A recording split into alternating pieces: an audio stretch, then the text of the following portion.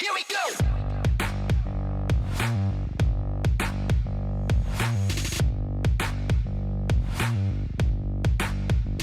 Here we go.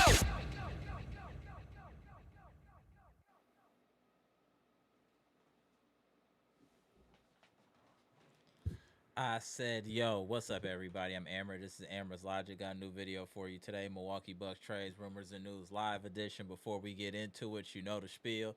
Comment, like, subscribe, and share this electrifying content with the people. Y'all know we're here to talk about this beatdown that's currently going on between the Detroit Pistons and the Milwaukee Bucks at Fiserv Forum. We know what the score is. We know what's going on. I'm going on early due to the score. But what I want us to talk about is let's talk about solutions today, friends and family. That's what I want to talk about with y'all. Let's talk about solutions. So shout out to friends and family. Shout out to Bucks Nation. Shout out to the channel members. What's good, y'all? Appreciate y'all tapping in on this Saturday night. Unfortunately, it's under these circumstances where the Bucks are currently being beat down by this is a machine. I mean, they're a good team. The Detroit Pistons are a good team, well coached, well disciplined, and it shows. We're undermanned, understaffed, and it's showing right now. But what I want to talk about with y'all's current score is 85-104. The fourth quarter just started. I just wanted to chop it up with y'all while this game is kind of what it is. I just wanted to talk to my friends and family. Is that all right with y'all? We really need to figure out what's going on with this team, friends and family. We need to look at solutions. Like, for instance, today, right? As much as we talk crazy about Bobby, but Bobby played very well offensively. Bobby, 25 minutes, 18 points, 7 of 10 from the field, 4 or 5 from 3, 7 rebounds, 2 assists. I mean, offensively, he played well. It's still a problem defensively, but what I'm saying is, can that be coached up? Can Bobby be coached up defensively? Because when he's going offensively, he's definitely impacting the game, and he impacted the game today. But can he be coached up to be better defensively or more stout defensively? Is that something that can be coached up? Because his offense definitely helps this team. So I want to put that out there to friends and family. Can Bobby, with the right infrastructure, be set up to be successful defensively, where his offense is can also be like a cherry on top because his defense is solid. I'm trying to look at this from a different perspective, friends and family. We know Bobby got offense. It's very awkward and weird, but he gets buckets, right? Now, defense, I feel like that's something that you can be coached on. That's something you can work on. That's something that can be fixed. Do you think Bobby, under the right tutelage and the right structure, could be coached to play quality defense? If so, then that he definitely would have a place on his team, especially impact offensively. Bobby's problem is Bobby gives no resistance in the post. Bobby plays soft. He doesn't try to take charges, nothing. Bobby plays crazy soft on defense. Like when you watch people just walk past him and sashay past him and go right to the cup, he does nothing. No hard fouls, nothing. It's like our interior is soft. I like Jericho Sims. He tries to play hard. Jericho Sims, y'all not listening to me, has bad hands. He's always fumbling and losing and doing something with the ball. He doesn't have good hands, and that's a problem with Jericho Sims that I've definitely noticed. He has bad hands, in my opinion. Yes, he gets some rebounds, he'll done, but if you watch him, he's always fumbling with the ball. It's never a strong hold to the ball. That's what I've noticed. And I still haven't seen Pete Nance. I still want to see Pete Nance. I'm hoping sometime soon we can get a chance to see Pete Nance because I do think he brings value to this team. And shout out to the Bucks. That's one thing that I always say about the Bucks of this year. This 25-26 team, regardless of score, this team will fight down to the wire. We got to give them that credit. That's what I'm saying. I know Dre West, we is going back and forth. Shout out to Dre West in the comment section. Yes, some of the players are held responsible, but look at how much fight this team has. Under the right tutelage and the right coaching, it could bring the best out of this roster because we got dogs and people that don't quit on this roster. Now, if they had some structure and foundation, they could be a lot better. There were plays that I watched during this game where they were just passing the ball around like hot potato because they didn't know what to do or what play to run. That shouldn't be happening. That just shouldn't be happening. I'm just so distraught at our lack of structure on this team. Just so distraught. We got talent. Like AJ Green is a great shooter. Why are we not running more plays to get AJ Green open? These are things that can help this team, especially with Giannis out. We need to be more creative offensively and looking to get people going because we don't know who we're going to get scoring from every night. So we need to get plays going for people to see who's going to have the hot hand. You get what I'm saying? With Giannis out, we don't know who's the go-to person. I mean, Rollins is, but to keep it real, Thompson. Hey, I gotta give Thompson his credit from Detroit. He was in Ryan Rollins' back pocket. That was tenacious defense. You talking about on-ball defender? Thompson is an outstanding on-ball defender. I gotta give credit where credit's due. Outstanding on-ball defender. Outstanding. But I still like what Ryan Rollins was doing today. But obviously the pressure got to us. We were definitely turning the ball over and things like that. But look at us. We're fighting 93-102. The Bucks they're gonna fight. We got a lot of good character on this team. We might not have the best IQ, but we have a lot of character on this team. Also, Cole Anthony, I just don't know what's going on with Cole Anthony. He's good, he's bad. Like, I wish he could play some consistent basketball. And I'm still concerned about Gary Trent Jr. Again, 12 minutes, 5 points. Does anybody know if Gary Trent Jr. is hurt?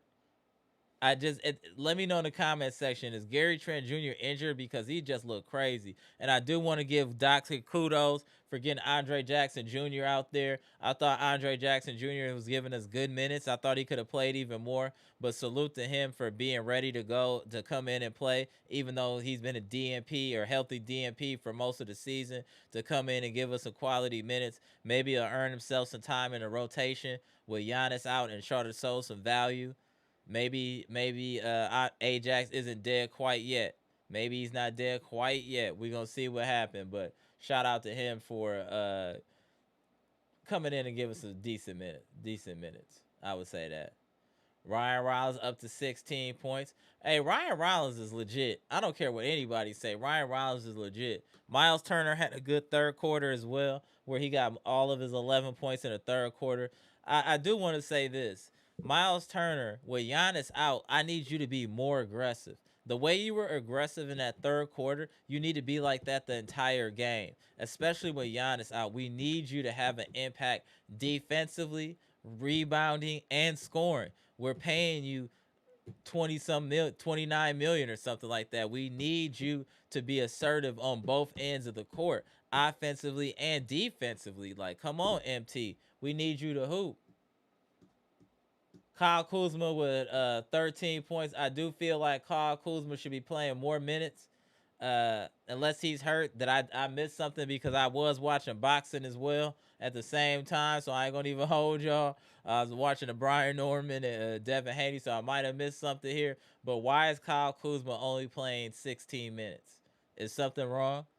Y'all let me know in the comment section. I'm just trying to understand what's cracking. And Doc has some awful challenges today as well. Just some awful challenges. Some of those challenges was crazy. Let's get in the comment section real quick and see you in the building. Just wanted to chop it up early. Let's be solution oriented. How do we fix what's wrong with this team, friends and family? Sadowski, what's good? John Hassel, what's good? What up, Patricia P? Salute. Mr. 414, Dre West, what's good? Appreciate y'all tapping in. Greg Delaney, what's good? BKC, I see you. Emma Smith, what's good? Robert Brooks, I see you. Appreciate y'all tapping in. Mia Kim, what's good? Boy, mommy, I see you.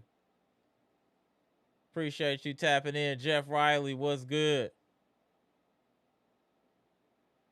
JST Fresh Tech, what's good? No strays. We are not throwing in the towel. We are a team that doesn't quit. We'll go out on our shield, sir. Thank you. We'll go out on our shield, sir. Absolutely. What up, Trina? Salute. Queens of the chat in here heavy early. Shout out to the queens of the chat. Let's see what else up in here.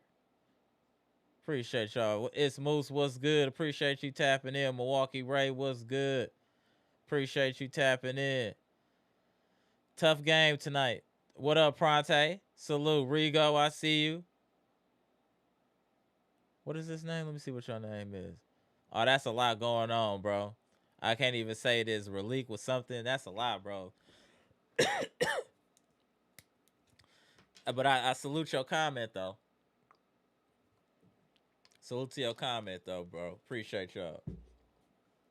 See what's up in here. Derek Stevenson, what's good? Janet MOC. Patricia P. It's a lot of craziness going on out here, Patricia. A lot. My boy EP, Eric Payne in the building. What's good? The homie Raw Biba Baba, what's good? What up, Raw? AJ Green is a great backup shooting specialist. Yeah, he can shoot, but we need more from him. We need more. Hold on, y'all said the sound bad? Hold on 1 second. Hey, let me know if the sound is straight. My bad if the sound was a little weird. Check the sound now, y'all let me know. Let's see what's going on with these comments. Highest human actors to inspire is in the building. What's good?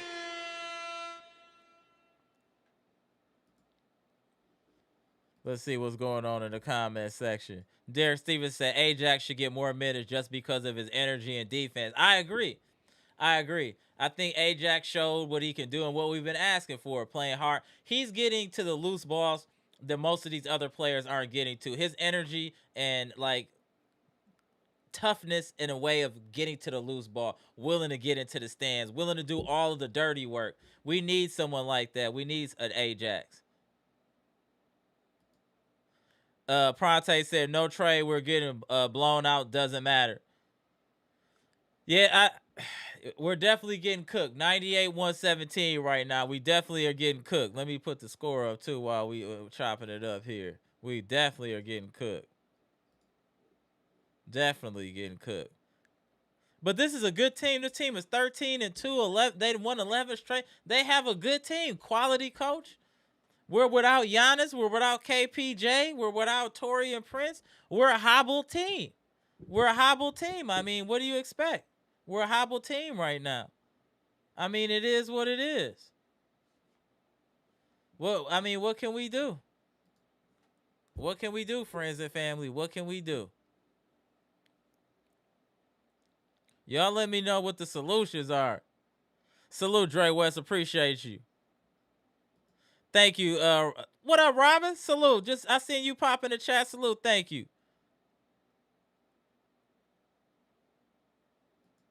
Patricia P said that Ajax is rebounded. Facts.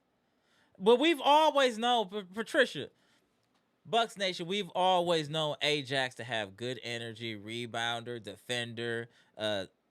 He could kind of run the fast break. His problem has always been confidence and confidence offensively. That's always been Ajax's problem. He's never believed in himself offensively. I was surprised he took that three today that he took. That showed me growth right there. Just that little three where he didn't even hesitate. He just let it fly. I'm like, okay, I'm not mad at that. What up, Pickle Luke?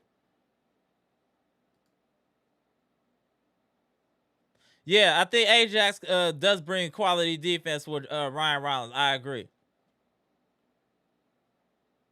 Damn, Robbie said we a bad team. We're looking bad right now. It's looking crazy. We're looking crazy in the streets right now, bro. We're looking crazy. What up, Timothy? Yeah, we looking crazy in the streets. Ajax is a solid player if utilized correctly under the right circumstances. Are these the right circumstances? Y'all let me know. Are these the right circumstances? I'm just saying. But look at this. We was down like 30. And for us to come and fight back and to try to make this kind of a close game, we got to give this team, they got heart. They letting their shots go. They got heart. That's one team. That's what I'm saying. If we had a system, a good coach in here with the type of heart this team plays with, we could get something going. We just don't have no structure. I mean, no structure. We don't know what the hell we're doing out there, offensively or defensively. There's nothing there. How can you beat quality teams when you have nothing? We got players that want to hoop, is going to play hard, but they don't have nothing to lay their hat on. Nothing. Doc is out there going through the motions, man. And I know it's not just Doc. I know some of the players show low IQ. I get that. But the low IQ is magnified when a coach can't kind of hide your flaws. That's the whole point of a coach, is to accentuate your strengths and to try to best hide your flaws, right? Tom Brady's a great like the second greatest quarterback of all time next to Joe Montana, right? He's not a running quarterback, so he's not running read options. So you get a good offensive line behind him, and then you give him time to pass because he can pass well. We got to find that for us. We got to find out what we do well and accentuate that. Protect what we don't do well. We don't have any structure. And I see y'all, we talking in the comment section earlier in all the videos. Y'all talking about Doc got an offensive and defensive coordinators. If that's the case, they both should be fired along with Doc because I don't see anything. I don't see anything. Our players can't be that slow where they can't grasp any concept of structure. They can't be that slow. They can't be that slow. I just feel like it's a combination. Maybe it's a little something. It is the players, but what is the coaching staff doing? Why are we not prepared? I know we don't have Giannis. We shouldn't look this bad without Giannis. We shouldn't be struggling to inbound the ball. We shouldn't be making all these careless turnovers. We have to tighten up. We already know the officiating gonna go against us, and then we self-D'ing ourselves, turning the ball over, not paying attention defensively, letting people run wild. Like, man.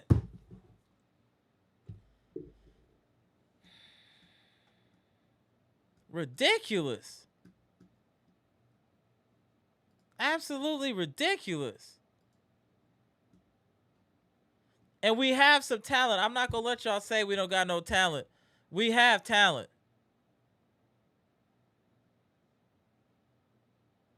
Let me see what y'all saying with Timothy. Timothy said Giannis injuries to expose how bad Doc Rivers is. But we already know he's bad. But yeah, he's looking crazy right now. This is going to be 4 losses in a row for the Bucks. We're going to go below 500 now. So we'll be 8-9 after this game. We don't have, I mean, we got the Trailblazers coming up. No game is going to be easy for the Bucks. We have to understand that, friends and fam. There will be no easy games. Every game is going to be a struggle when you don't have any structure. I agree. Shout out to Ajax. He played well today. Derek said solutions, fire Glenn Rivers ASAP. Start the petition, please. We can't start any petitions without Barack Bahamas. No petitions will be started without Barack Bahamas. You can't start petitions on this chat without Barack Bahamas. He has to initiate the petition. Salute to my boy Gibson Nicholas out there in the Bahamas. Mia Kim said this proves that without Giannis, Bucks can't go anywhere. That's why he should be MVP. That's a good point, Mia Kim. That's a good point, Mia. Shout out to Mia. Great point. This is showing Giannis's value. We can barely get off the bus without Giannis.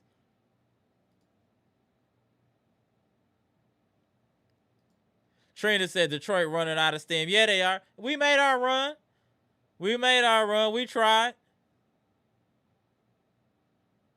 Yo, shout out to the Twitch. Shout out to the people watching from Twitch. Salute.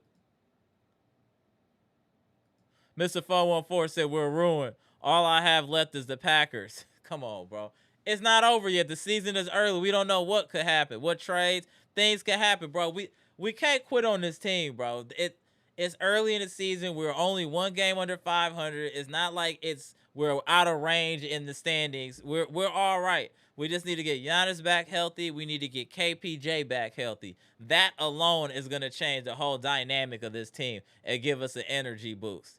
We just got to find a way to get a couple wins during this stretch when Giannis is out. We got to find a way to win a game or two. I mean, like, we can't go winless. Like, that's crazy. We're not that bad where we should go winless. We really should have won against the Sixers.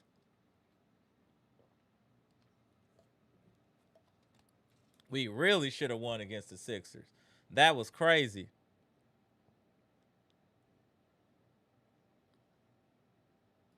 Bobby was playing well offensively today, Robin. I ain't going to even hold you. Bobby was playing well. Derek said after a 2-8 start last season, Ajax play assisted in the turnaround for the team. That's a great point. Derek Stevenson, that's an excellent point, sir.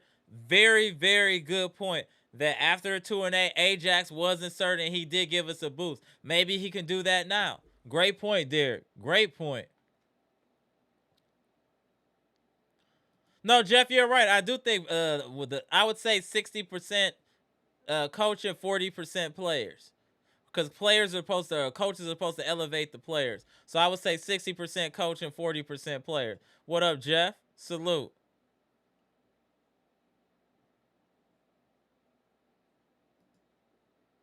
H Dragon said Cole Anthony has 5 turnovers in 11 minutes.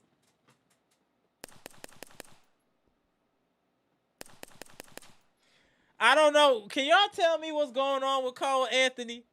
What is going on with Cole Anthony? Like, seriously, this is crazy. Cole Anthony is wildin'. Shout out to B-Shack. What's good, B-Shack? Bucks were totally outclassed tonight. I think the Pistons are legitimately the best in the East. They look good out there, B-Shack. They look good, my friend. They look good out there. I'm not going to even hold you. Yep, 8-9, Derek. It's been a minute, EP. I don't know. We just got to figure it out. Uncle Mike, what's good?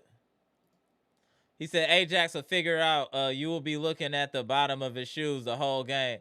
Yeah, but he got to figure it out. He got to believe in himself too, Uncle Mike. He got to believe in himself. I saw positive strides in Ajax tonight, though. I definitely saw positive strides. What up, Lavelle? Lavelle said Detroit plays defense like you are supposed to. Pick the ball up early, no laziness. Shots fired. That is 100% correct. You see how disciplined Detroit is on defense, how suffocating they were. They knew that they needed to take Ryan Rollins out the game, and they got at him early. They got at Ryan Rollins early. suffocating him with the Thompson brother, suffocating. Like, they know what they're doing. There's a reason that they're 12-2 now. There's a reason for it. It's not luck. That's a very skilled team. Cade Cunningham is a good player. Duran and Beef Stew out there hooping. Like, they got a good team. They got a good team. I can't be mad. At the childish one, what's good, bro? That 9 minutes of KPJ in the game one still gives me hope will be better than whatever the hell we've been doing lately. Can't wait till they come back. Gotta weather the storm until then. That's it. We just gotta weather the storm. Hey, we gotta stay. Hey, can you stay in the rain? New edition voice. Can you stay in the rain? We just gotta be able to be patient until Giannis come back, and things will definitely pick up once he comes back. I don't know, Sadowski. I don't know what's going on with Cole Anthony, bro. He out there looking crazy. Shout out to the homie Jimmy Roller. What up, Dunn? Shout out to Jimmy Roller. B Shaq was good. Why do you play Jericho Sims and Ajax together? They are both on the spectrum offensive.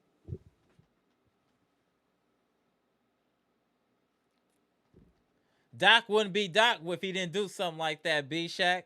Doc wouldn't be Doc if he didn't do nothing like that. Shout out to Doc. Shout out to B Shaq. Yeah, Detroit look good. Detroit definitely looks good. They're a formidable team. Mr. Cole in the building, a living legend. Think about what Bickerstaff inherited versus what Doc inherited. Pistons were 14 and 68 and 24. That's 2 seasons ago. Doc inherited 33 and 13 midway. A team with 2 top 75 players. Now look. Wow! Let's go, Mr. Cole! Dropping bombs. Let's go, Mr. Cool. Yeah, that's 100% fact. No lies told by the living legend, Mr. Cool. No lies told. We look crazy offensively and defensively. We just look crazy out here. I agree, Trina. He's definitely earned some more playing time. He's definitely earned it. I agree. Yeah, Nance is in now, finally. But what? Why? He should have been playing a long time ago. I'm telling you. We was already getting blown out. What was the point of waiting?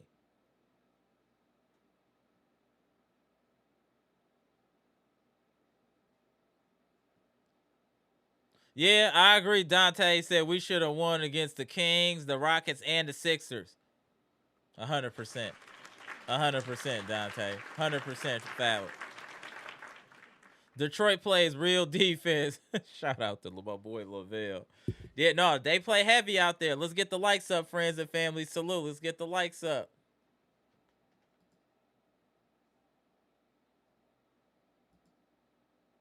Ibuka, what's good? It looks like Gary Trent and Rollins are having a falling out because Rollins isn't passing him the ball. Why would he be passing him the ball? You're shooting under 40%, my friend. No, we're not passing you the ball. Gary Trent need to get it together. He is playing crazy out here. Did y'all not see his numbers? Man, Gary Trent ain't doing nothing. He got 8 points in 20 minutes. What is he doing? No, you're not getting the ball. That's what the problem with people. You saying get you the ball. Why? You've been cold for most of the year. You're shooting 39%. Sit down. Ridiculous. You asking for the ball from a person that's shooting 51% and you shooting 39%. Knock it off. These dudes is wild. Let's look at these final stats. These dudes is wild.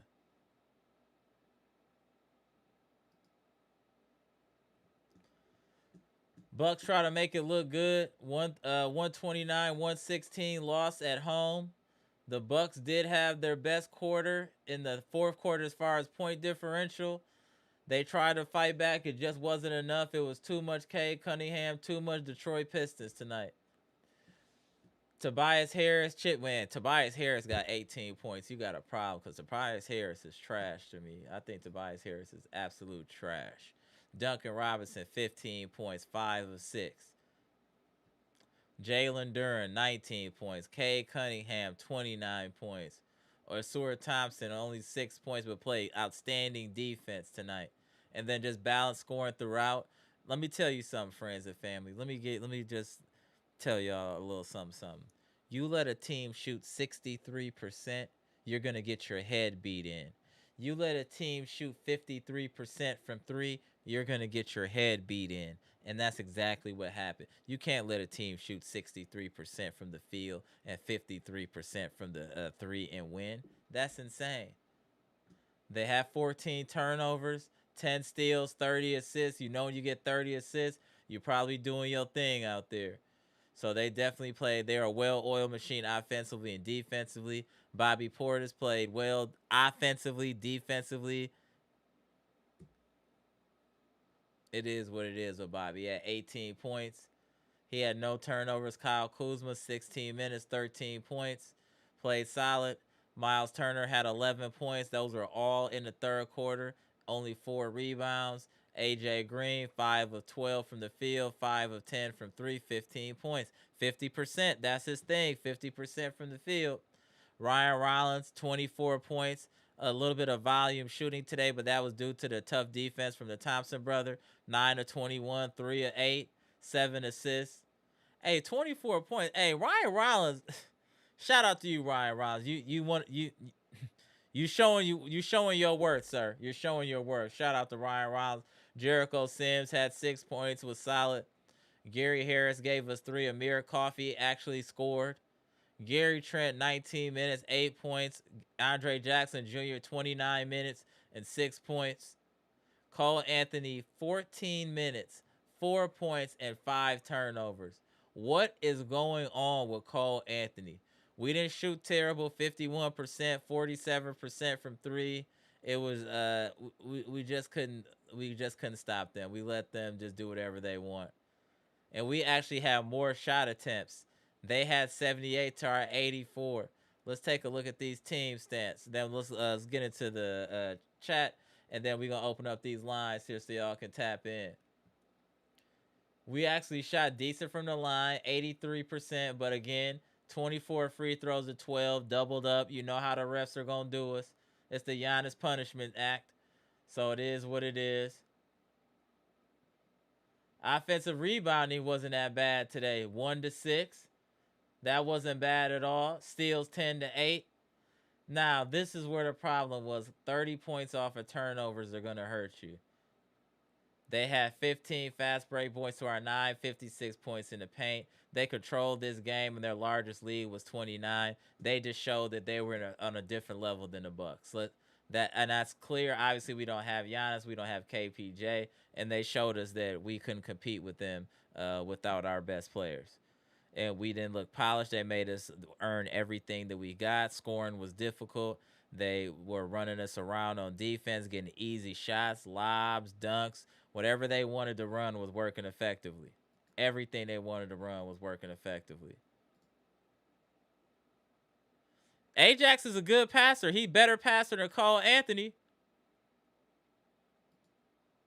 Yeah, B-Shack. I thought you was playing before, but it is something going on with Cole Anthony. Cole Anthony is out here looking crazy.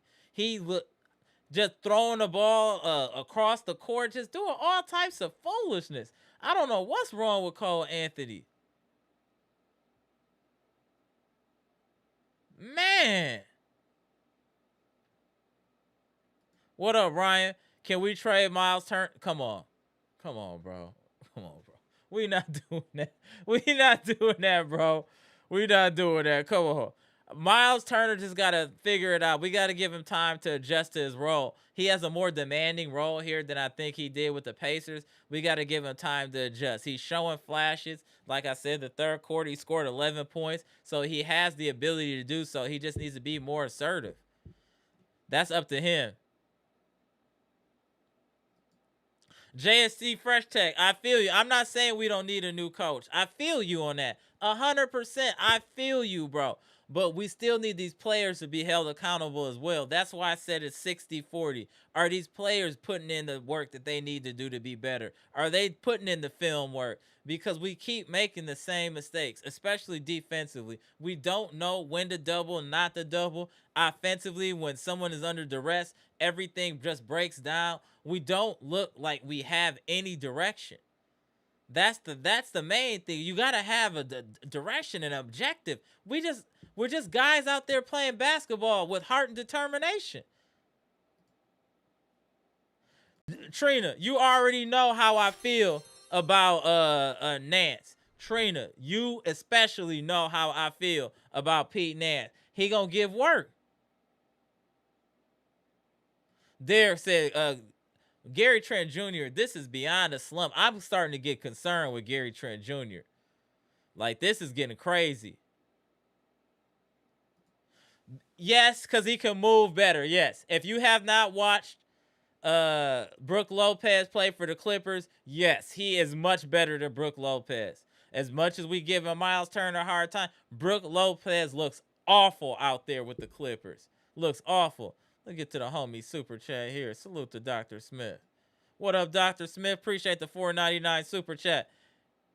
Amber chat. It's the unforced errors from Cole for me. He's becoming unwatchable, and I know he's better than it. Facts. Just saying it. Just saying it. Facts, Dr. Smith. Facts. He's looking crazy out there. But I will say this: the Bucks in general have a lot of unforced turnovers.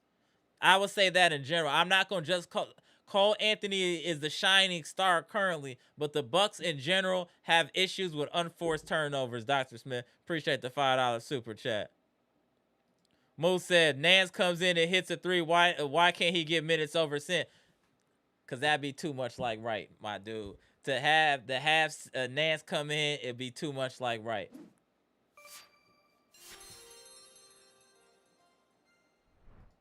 Appreciate the super chat. Thank you, Miss Robert Walker Murphy, with the $20 super chat. I'm going to need Doc to teach a workshop called How to Keep a Job, because if it's one thing Doc going to do is keep a damn job. Shout out. Shout out to Robin. Appreciate the $20 super.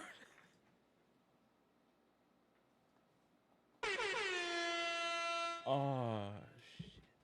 Shout out to Robin. Queens of the chat, they play no games. If you're new to the channel, the queens of the chat, they do not play. They hold all players and coaches accountable to the highest regard. Shout out to the queens of the chat. Friends to none of them. The queens of the chat hold everybody accountable. Shout out to y'all. Yo, Jay-Z said Giannis should sit out until they fire Horst and Doc. I think this is more of a Doc problem than a Horst problem. Horst got us some players. We got some dogs. Look how hard they playing. So he got hard-working players. We don't have a system. We don't have a system, bro. You can't hold players responsible when they don't have anything to rely on.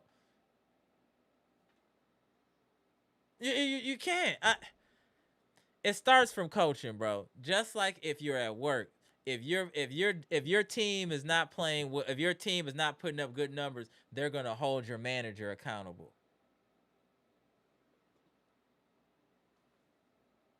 Am I lying? I mean, that's just how it works. If my team is not performing at a certain clip, they gonna come talk to me like, hey, what's going on? Why is your team doing this and that? Why aren't they doing? They're gonna hold me accountable because that's my team. I'm supposed to be leading this team, which is why I am in a leadership position over these individuals. If I am not leading this team, they will fail. And if they are failing, that is because of me not being a great leader. Doc Rivers is not being a great leader, and this team is failing. They are showing no signs of growth whatsoever. What have we done better since Doc Rivers has been our head coach? We've changed players. We've got rid of all types of players. We've lost former assistant coaches, and we make the same mistakes. What has changed?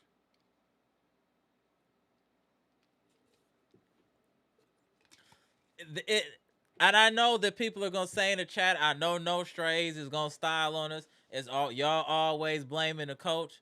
I feel you. How about we take y'all coach and you take our coach, No Strays? You doing that? You want to take Doc Rivers back, No Strays, and then we take y'all back home to Boston, and we take y'all coach? Do you think you would be a better team with Doc Rivers as your coach? No strays? Let me know in the chat. I'll be interested to see. You think Doc Rivers will make the Boston Celtics better, sir?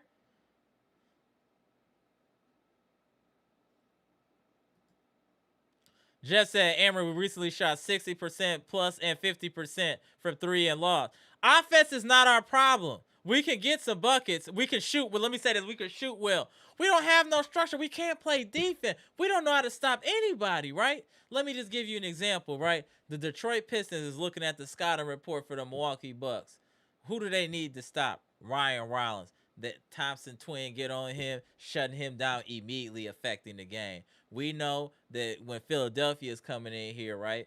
We know that Tyrese Maxey is probably their best player. Or when he gets cooking, we need to do something. We never try to double Tyrese Maxey. We try to do nothing to slow him up. We did absolutely nothing to slow him up. This team is inept, and it starts from the coaching staff. And I'm not just holding Doc accountable, right? I don't want to just blame Doc. I would want the entire coaching staff cleared out from top to bottom. Not just Doc. I want all the assistants gone, everyone gone. I want us to start completely fresh because I don't think anybody on that current staff brings any value to this team. Zero. Damn, I wish Terry Stotts wouldn't have left. At least Terry Stotts would have gave us some stability. We have no stability. Greg Buckner, I don't know what you're doing over there, bro, or any of them dudes is doing. I'm not impressed, and I think we do need a change. I really do think we need a change. But these players gotta get it together too. The mental mistakes. I saw a low IQ play by AJ Green. I saw AJ Green in the midst of you trying to get back in the game, you getting blown out, do a behind the back pass. I mentioned it in the chat. My brother mentioned it. How wild are you? You can't even pass when you looking ahead and you trying to do a behind the back pass. It's crazy. Bobby Portis on the fast break is crazy. You had Cade Cunningham dead to rights where you should have just dunked all over this dude, and you want to do a finesse layup. That's why we call you soft. Can you imagine being 6'10" and seeing a point guard trying to jump with you, and you trying to do a finesse layup and not dunk the ball? Who do you think you are, Bobby Portis? You gotta. That's what I'm saying. We need some finishers on this team, some explosive toughness. Bobby's like damn near a fake tough guy. I ain't gonna even hold you. Shout out to Dr. Smith for spinning the block with another $4.99 super chat. The biggest damning factor for Doc is watching Ryan go 1-on-5 being the only offensive set we seem to run. We have nothing else.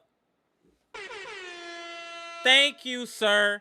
Thank you. Exactly. We're not running nothing, man. They put the link in the chat here. Hold on. We're not running nothing. We running heart and determination. That's what we running. Heart and determination. That's what we running. We got a team that play hard. I give them that. They play hard.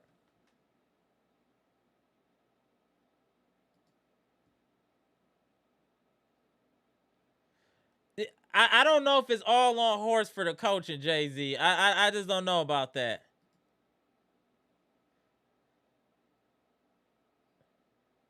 You think this game was a wash? I don't know where we gonna get our next win. I really don't know where we gonna get our next win. My dude Derek Stevenson said is Don Nelson available? It's hilarious.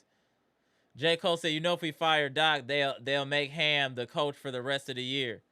That's cool. That's better. I don't even know how. I'm not a big fan of Darvin Ham either, unless it's in the cup. I'm not a big fan of Darvin Ham. I'm not gonna even hold you. I don't think. What up, Marvin? I seen the homie Marvin in a minute. What up, Marvin?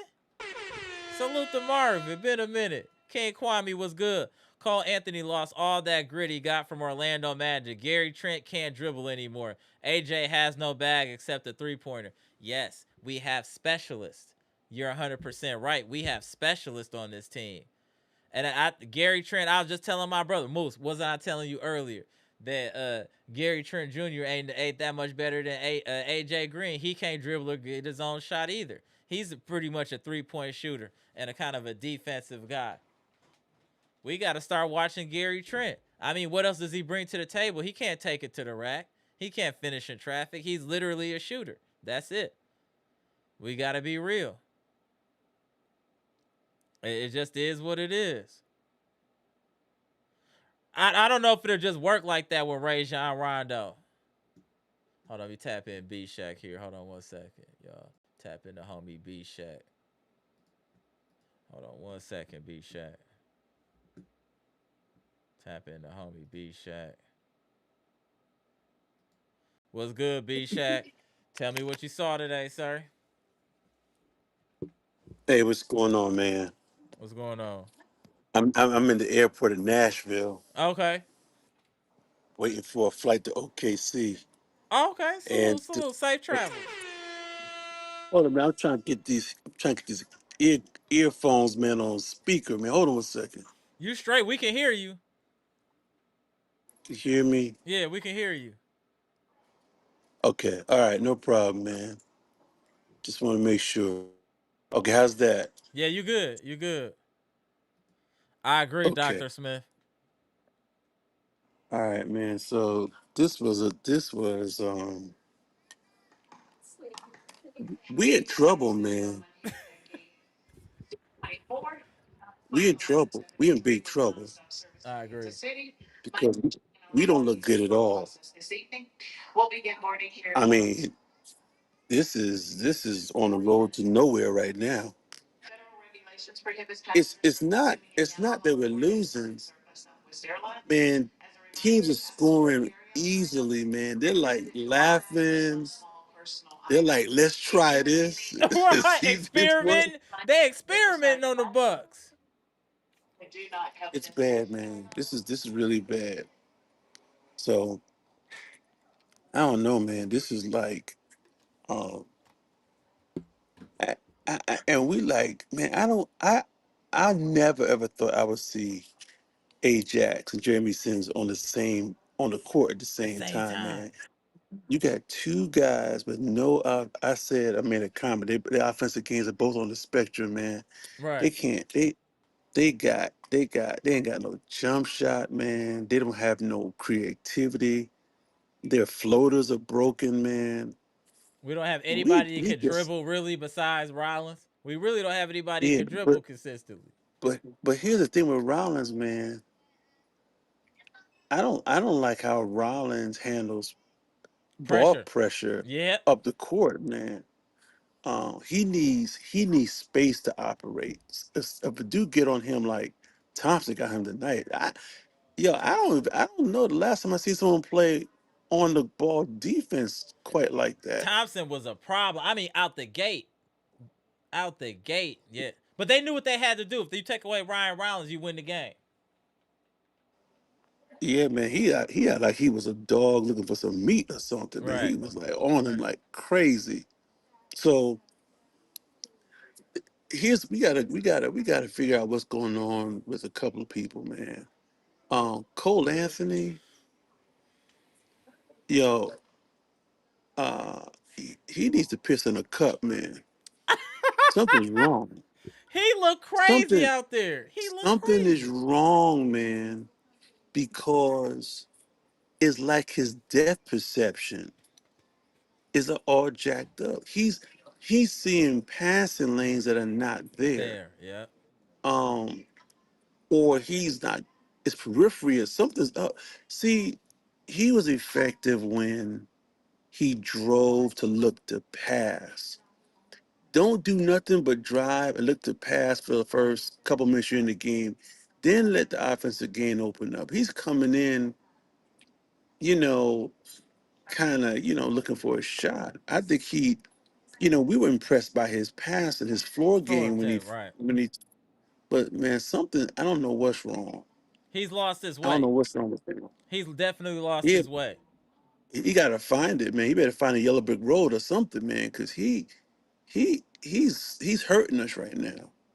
Oh, I I agree. feel Oh no, I because he definitely agree can't with that. unless he is, getting steals and stuff. He can't really impact the game And we defensively. got to talk about Gary Trent Jr. is hurting us too. It's enough. We got to start talking about Gary Trent Jr. It's not just Bobby. it's not just Cole Anthony. Gary Trent Jr. is hurting this team as well. He's not playing well. Yeah, I'm kind of disappointed in him. I mean, see, here's the thing: when you Salute, see a Mr. guy Kuzma. at his best, that's great. You need guys that are consistent that you can count on, that you know what they're going to give you every night. Um, what did AJ Green end up with? 15. Yeah, he was shooting the ball, pretty decent Decent. tonight. 5 of 12 Um, from the field, 5 of 10 from three. yeah, I mean, so he's I think he's starting to get a little bit Do you better, feel a man. way about Kuzma only playing 16 minutes today? Kuzma played 16 minutes at 13 points. Listen, listen, I'm all for Ajax getting run, but not at the expense of Kuzma because Kuzma, he's going to give you something. He's going to give you some sort of energy. He's going to give you at least a semblance of an offensive package, a semblance of it. We putting guys in, man. You know what they play like Ajax and Jeremy Sins. You ever see? Just imagine if you know how a cat has paws, like paws. Yeah. They play like they got paws, man. Like Mm. you know, think of think think about trying to Yeah. shoot layups with paws, Yeah, man. they don't Can't even have open good up your fingers. hands. Just I agree. they got terrible. And Doc isn't doing anything, man.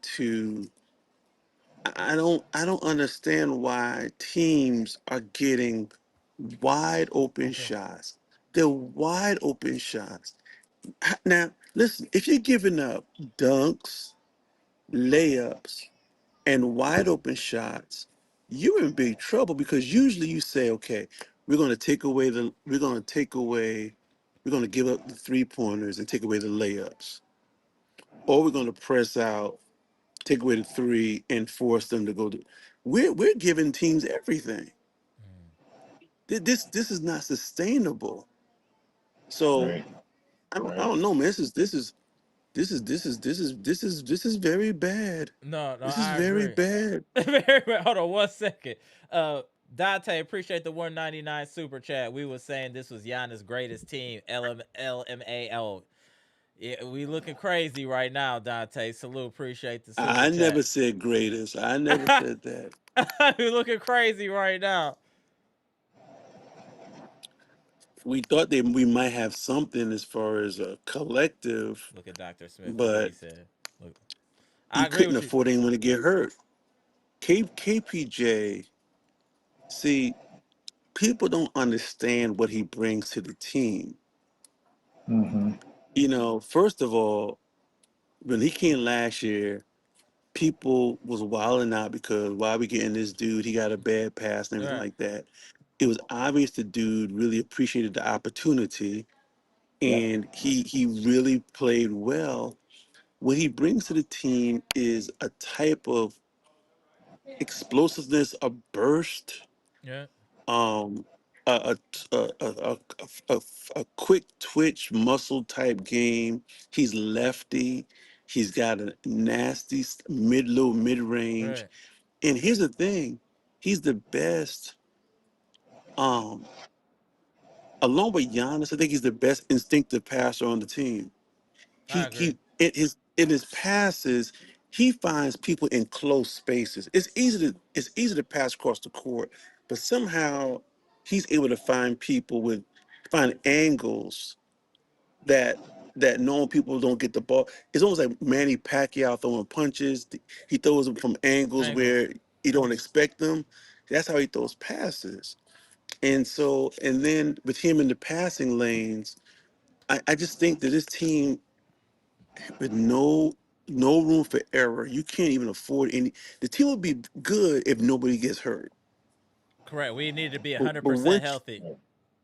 there you go, there But you go. also, but also that to piggyback off of that, we need to be healthy because Doc doesn't understand rotations or who's hot and playing well and who's not. Because look at Gary Harris. He's been playing well, and then you just kind of put him back on the bench when he was playing well. It's like he doesn't understand who to play and when to play them. He has no sense of awareness at all. And I know that we blame a lot of players. I know there's careless passes. I know things happen, but he's not even putting the right groups of players on the court at the right time. That is hurting your team. Like all that hurts your team. Yeah, On you, I Mr. agree. Cool. On you, Mr. Cool. Salute. Well, I'm gonna start with the positives. Not that there were many, but I'm I'm thinking long term. Right. When follow up to what you said, Bishek, once we do get Kevin Porter Jr. on the floor along with Giannis, Rollins now pushed back to that third spot. He'll be a better player in that role. Mm-hmm. So that will take that pressure off him because he's not an elite ball handler.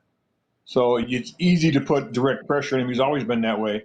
He's not a natural point guard.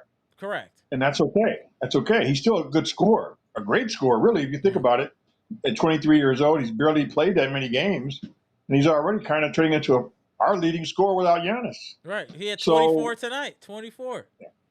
so once you get Kevin Porter back, and he provides exactly what you said, BJ, Abhishek, the ability to put pressure on the rim, knock down shots. He's super athletic. He defends well. He puts pressure. He rebounds well. He brings all the things we It's true. desperately It's need. true. Okay, so he will then again, and that will put less pressure on Ryan. Ryan's going to be way more effective as that third option. Once he may still be the second option, but he'll have less pressure once you get another quality player with him. It's just too much for him right now to handle what they're bringing at him.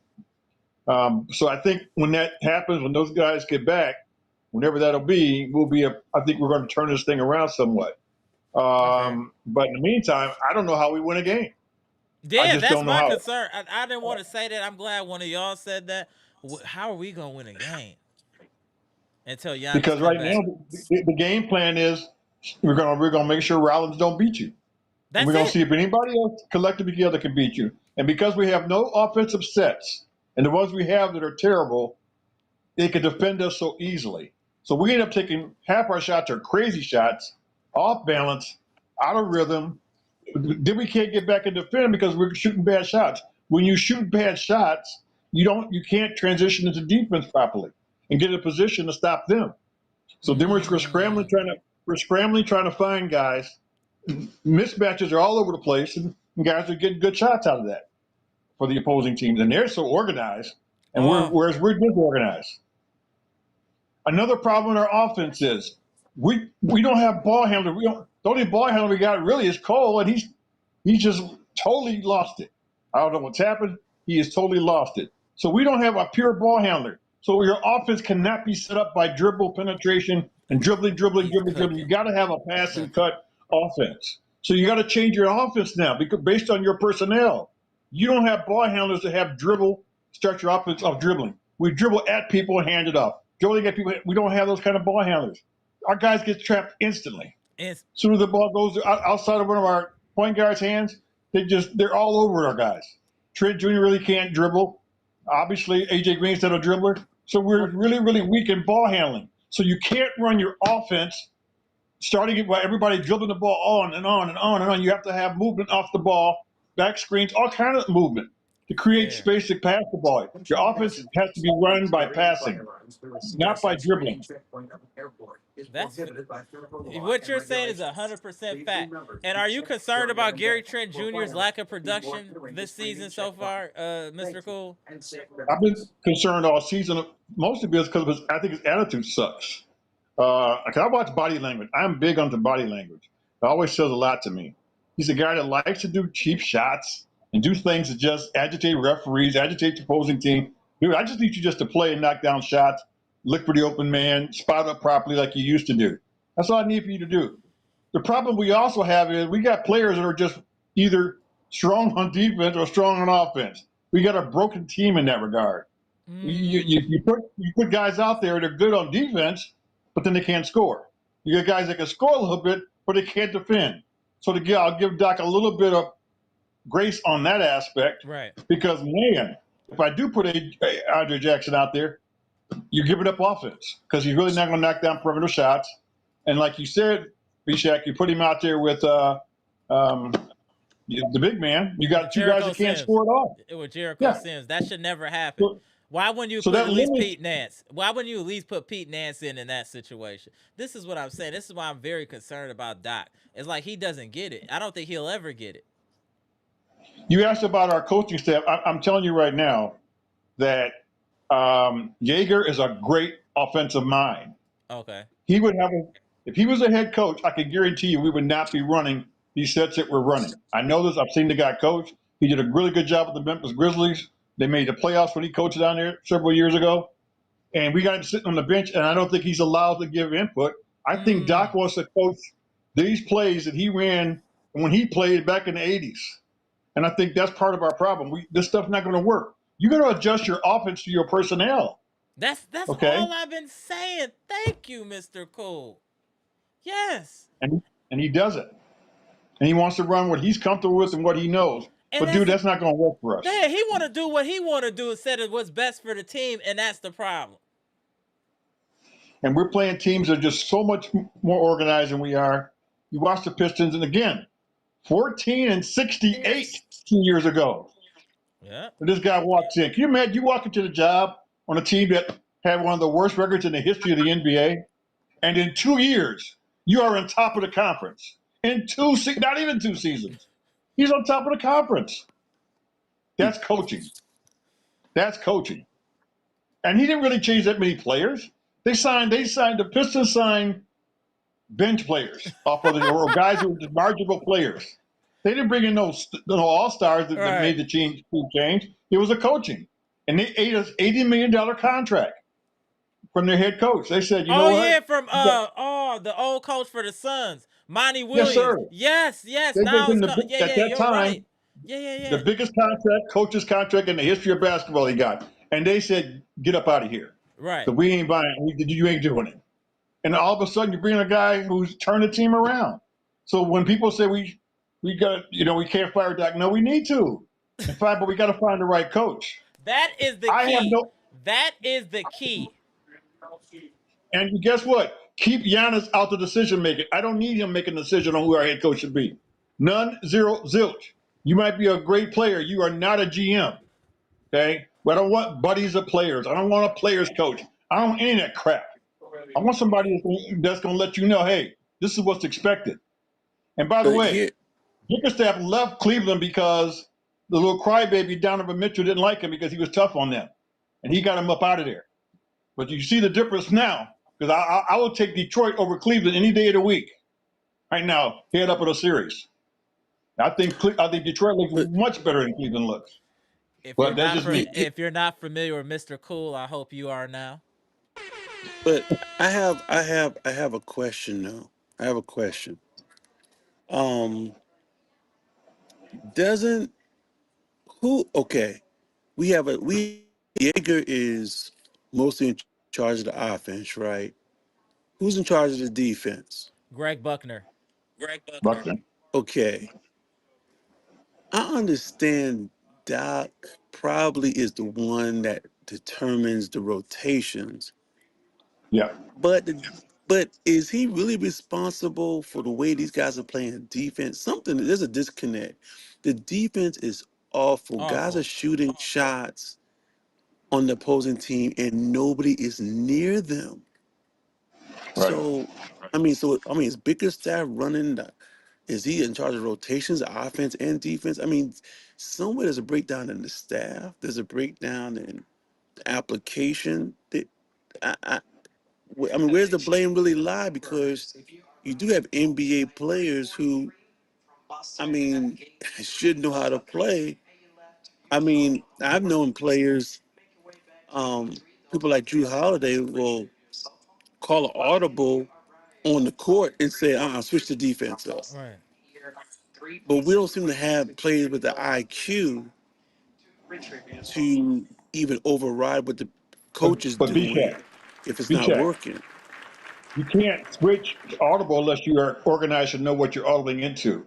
So if we're Boom. not prepared for that, what we're going to do? We're playing players today that's hardly played together. So I looked and saw how confused they looked on defense. We're in that zone and we're getting beat backdoor constantly. How can we beat give up layups in a zone? How in the hell does that happen? Get him. Layups. I don't Get know. him, Mr. Cool. I was like, I can't believe this. Our big is designed to stay back. Why are you coming way up and letting the ball get behind you for layups? Then why are we in a zone? What's the purpose? Listen, It's I asked I, accomplishing nothing. I asked this question in the chat. Let's honestly reflect on this right now. Is Miles Turner really better than Brook Lopez on defense? Really?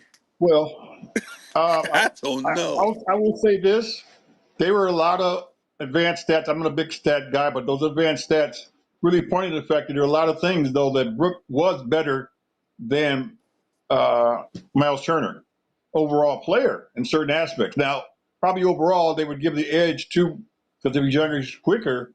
But there are certain aspects where Brook was definitely better right at the paint. You were not getting too many shots at the paint over Brook. Right. Nope. Now, Nope. you can move around him, but you're not going to get it right at the paint when he's able to set up and be right there.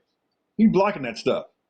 So, and then actually, Turner had more blocks than him, but that was in a different system with a different coach. Right. So I don't know. I don't know what to say on that. Me personally, Bishak, but there is. You do sometimes wonder. I Oh, do know that Brooks the shoots eye from test. deeper I'm seeing him better. getting beat, man, too often off the dribble. Mm-hmm. I'm seeing Yeah, dudes go to the basket, and like you said, they're like body to body. They throw it up fake, and they're shooting right in his face underneath the yeah, basket. So, and that would never happen with Brook. Nobody just yeah. shoots is right on Brook and shoots without him blocking it.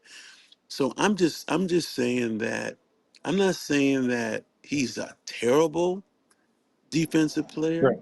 but to me, I'm a little disappointed. My expectations, I expect a little more impact on the defensive side of the ball from Miles Turner, man.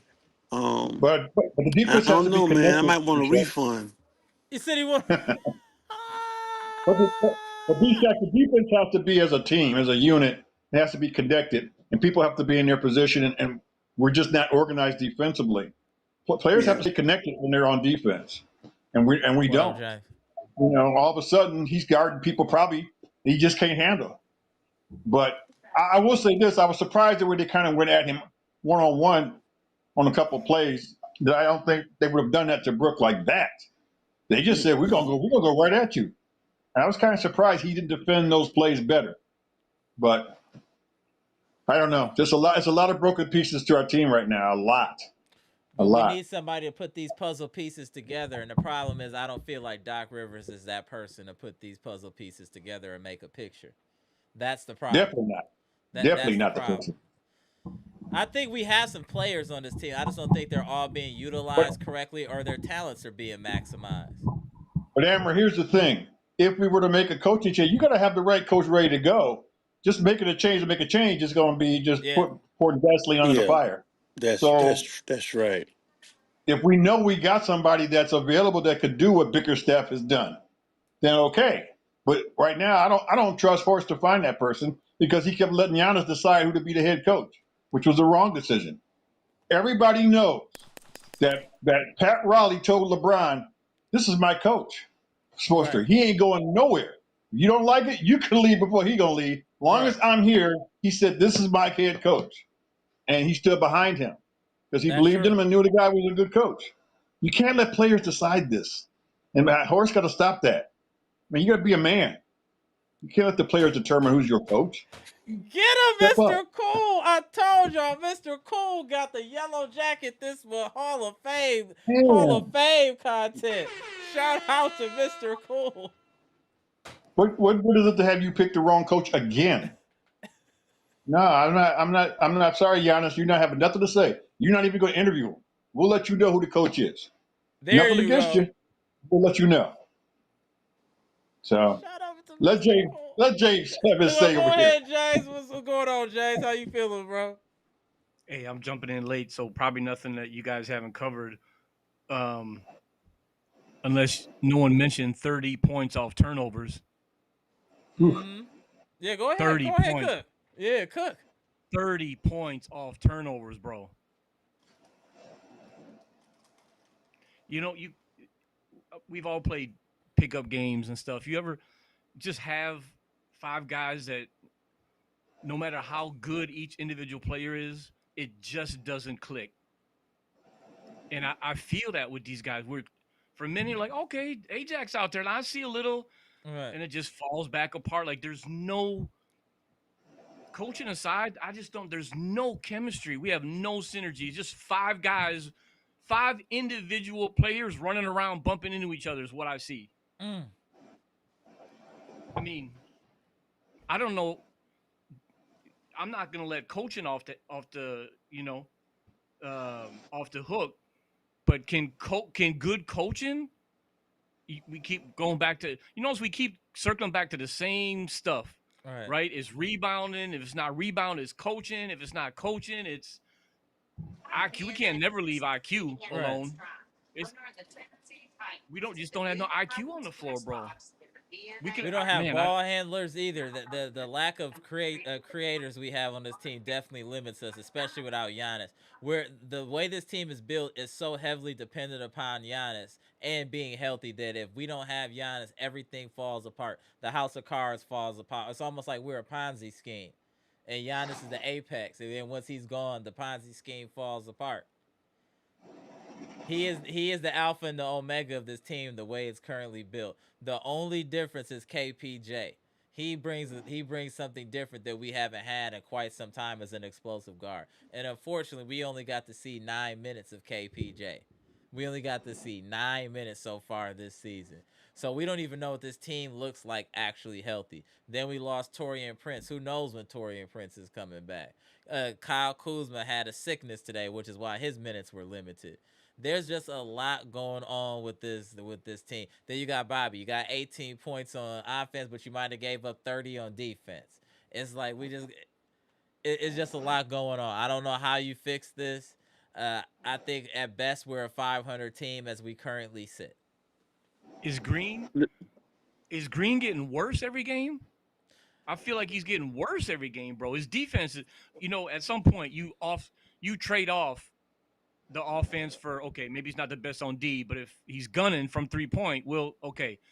Bro, I don't know if however he's shooting offsets, how diabolically challenged his defense is. I mean, bro, it's bad, bro. Like, look at B-Shack been saying that for a minute about AJ Green. He like, what? Okay, yeah, you on board now? Hey, B-Shack is like, oh, okay, you on board? Yeah.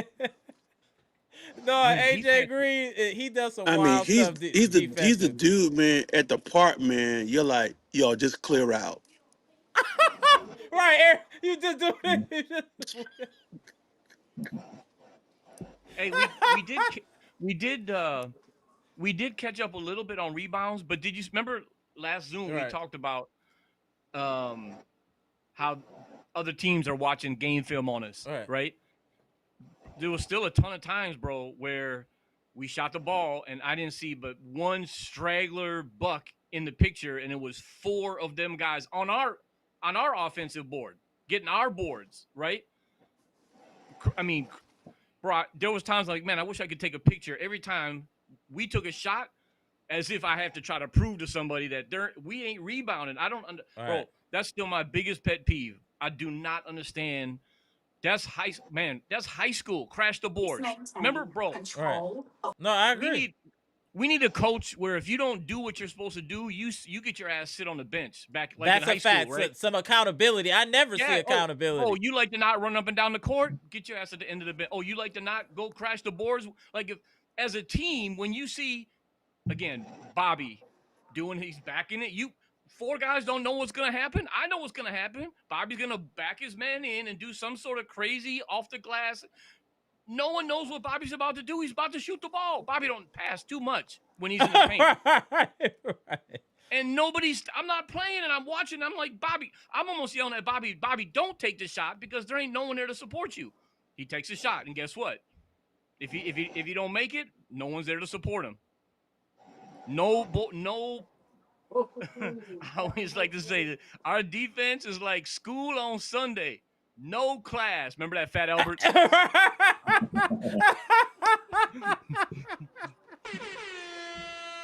This team, we Man, got a bro. lot of we can only compete when healthy. I see that and I understand that. Now, to truly complete, we need to be 100% healthy.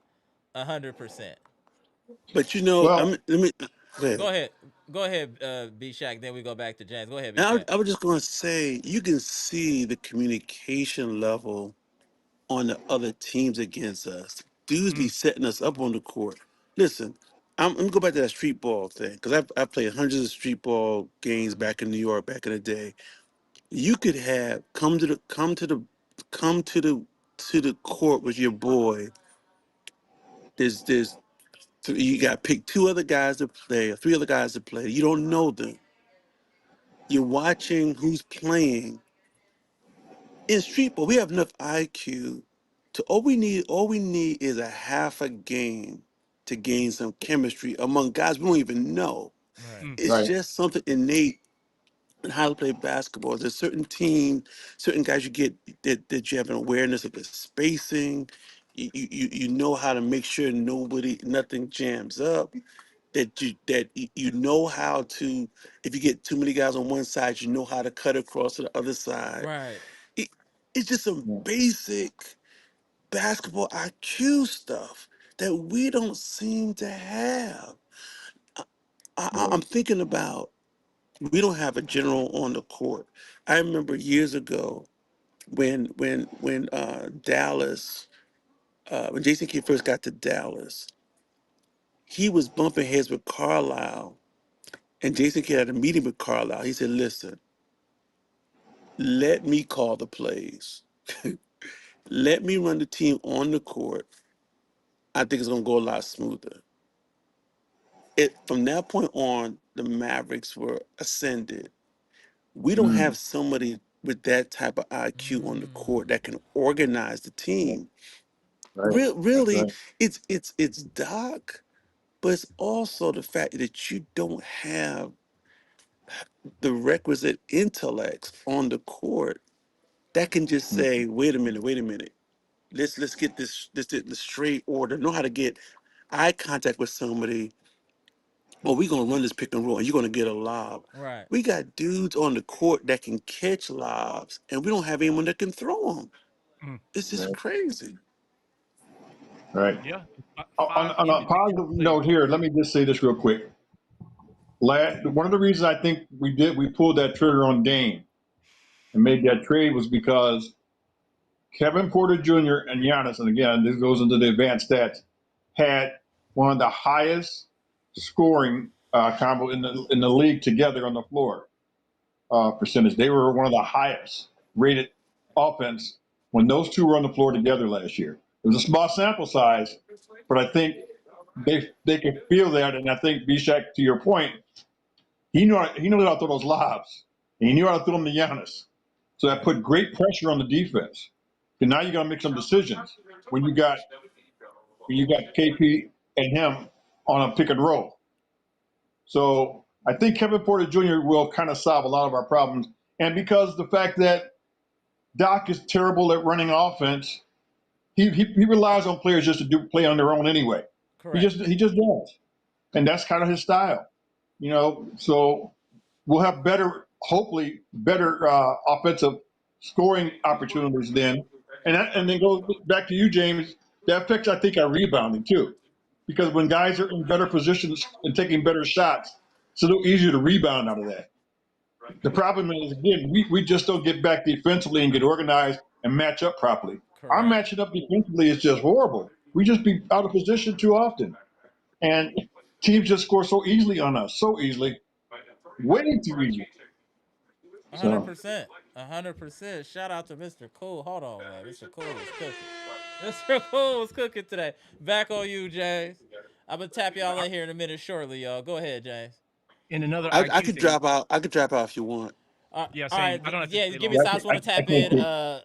I want to tap in the homie Dr. Smith real quick. So Okay. just give All me a right, B second. Shack. All right, B Shack. Appreciate you.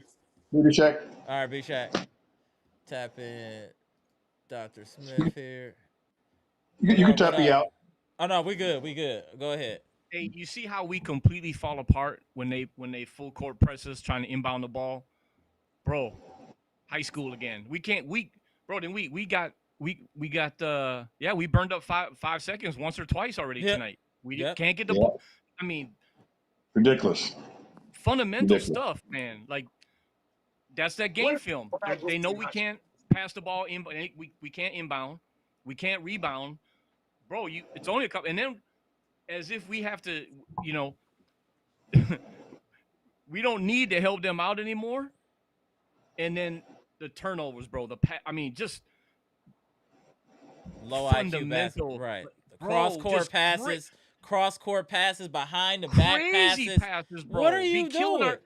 We get a couple 3-pointers in a row and we stop them. Then we start throwing these crazy passes that don't even make no kind of sense. Like B-Shack said it. We've been talking about it, right?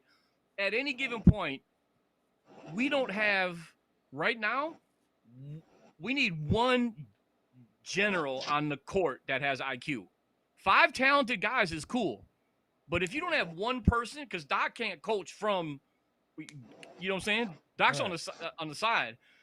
When the game is being played, those 5 talented guys, let's assume that all of them have great talent, right?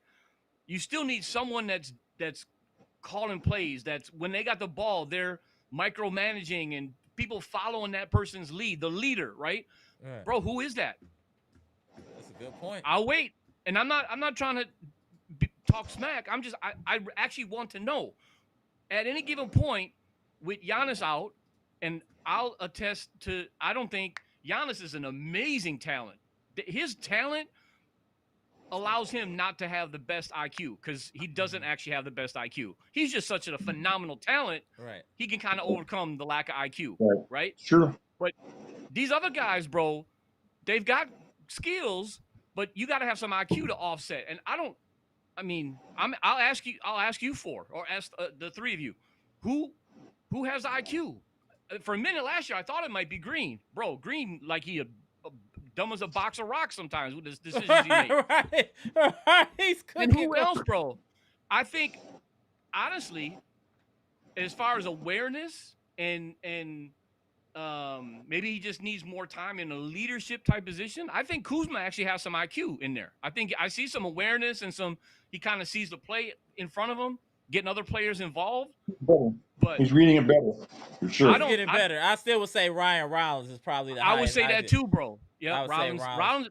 But that can't, bro. If that's it, if Giannis is out and Rollins is the IQ for the A and the B, bro, we're gonna end up in this 2-week period here without Giannis and KPJ. We're gonna be 6 games under 500, bro, and pretty soon to the point where we can't. It's gonna be tough for us to even get back in the mix. You know what I mean? Right. That's a fair point. Season is flying by, fellas. Fast. No, that's a fact. Shout out to Judge. Fact.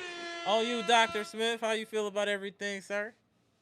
What's good? What's good, chat? What's good, panel? I'm not going to stay too long, but it was just something that I was listening to, and I just had to contribute, right? When it comes to, because we're talking about the IQ, we're talking about the on-court IQ and the IQ of the coaching leading, right? So that people understand specifically what we're talking about, because sometimes we don't actually describe technically what we're looking for, right? So that you know we're not just fans. This is the kind of stuff that I'm talking about.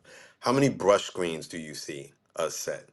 If let's talk technical basketball, right? If you see someone in Ryan Rollins who you are trusting to bring the ball up the court, but who quite honestly has shaky ball handling because he has shaky decision making, right? It's not that he can't handle the ball, but Ryan Rollins all of a sudden when he gets challenged will start going behind the back and standing still to try and wow you with his dribble rather than just run by you.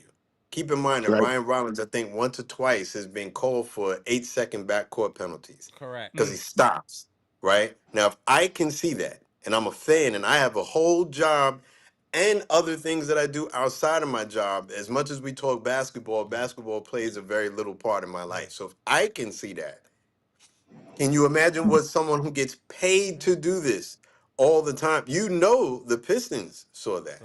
challenge him in the backcourt. He's not the strongest ball handler that they have, right? What screens are we setting to free him up? Right. Right? It got to a point where I was watching the game. Wesley Matthews is now one of the game callers for us. Yep. Wesley Matthews used to call. He called it out. He called Miles Turner out. There was a play where Ryan Rollins was coming up. They have one of their better defenders, the twin on the Yeah. Pistons, Thompson. Yep. right? Thompson. Yep. Who came up to challenge Ryan Rollins. Miles Turner is running right alongside Ryan Rollins when this happens.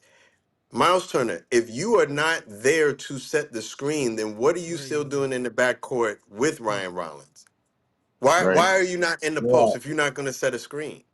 That's what you were there for, is to set a screen. But he didn't do anything. He sat there, and I don't even know what his attempt at a screen was. And then it's compounded by Ryan Rollins not choosing to run by him. Like when he's challenged, he starts going into this and one mixtape stuff. I love that Ryan Rollins is confident in his ability, right? But when you are choosing to go for flair instead of common sense point A to point B basketball, you're hurting the team. Which brings me to Cole Anthony. I don't know Ooh. what is in Cole Anthony's mind sometimes, but that is how I would describe Cole Anthony. And that is what is so mind numbingly frustrating about him. Because at least with Ryan Rollins, they're forcing the turnover. And I'm getting upset with Ryan Rollins because he can't beat it. I feel like he has the talent, but he doesn't always show it because he's choosing to do some. I don't know if he thinks he's sick with it in his mind, or he thinks he's the dude Silk Shout from out half a Baltimore base. or Shout whatever. out to the and I one know players.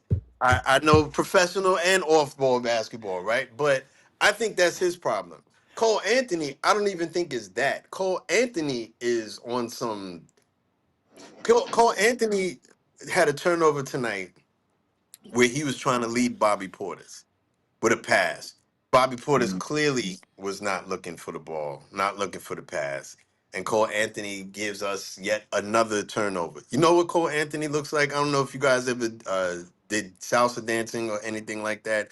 You know how you have like sometimes with beginner couples and one person is doing all this super fancy stuff and the other person just started coming to the lesson. So one person ends up tossing the partner halfway across the room because the partner doesn't know what he or she's supposed to do. They end up falling through people. That's Cole Anthony. There's no synergy between he and the ball player. If you want to make all these fancy no look passes and whatnot, all of that kind of stuff has to be established in practice first. And it looks like Cole Anthony is just thinking to do this in the game. You've never practiced these things. You're not on the same page as the person who's supposed to be receiving the pass. It's just complete mess. Cole And Cole his Anthony, going just to add to what you're saying, Dr. Smith, Cole Anthony, today he had 4 points and 5 turnovers. Yesterday he had 5 points and 4 turnovers. The game before that, 4 points, 2 turnovers, no points, 2 turnovers, 10 points, 4 turnovers. He is a turnover machine. Hey, That's all I'm gonna say. shout out to you, bro, for somehow verbally connecting salsa dancing and the N1 tour all in one. Right, My that's right. how man is my my that's how man my is goofball weaving brain and works. ducking. That's how He I'm glad y'all appreciate it because the he ladies he, he sometimes like I don't know what you're talking about, bro. He's in a Can you bad please stop space talking though. to me? Like he's definitely in a bad space. Cole Anthony and Gary Trent. I do not want to leave Gary Trent Jr. off of this train as well. It's not just Cole Anthony. Gary Trent is not playing well right now either, and it's been a while now. It's been most of the I season. Well, Go ahead, Mr. Cooter. We go to Dr. Smith. I'm sorry. I just want to say real quick. This is why I couldn't be general manager because I would release Anthony Coles tonight. Because here's why. I'm gonna send a message to everybody else. We're gonna start holding people accountable. I just would cut him. Mm, He is right now at a point where I've seen enough. I've seen a large enough sample size to know he's not going to help us. Just cut him, just like the Memphis Grizzlies did. They bought him out, and we picked him up. They didn't even waste 24 hours before they got rid of him. Didn't even give him a second look.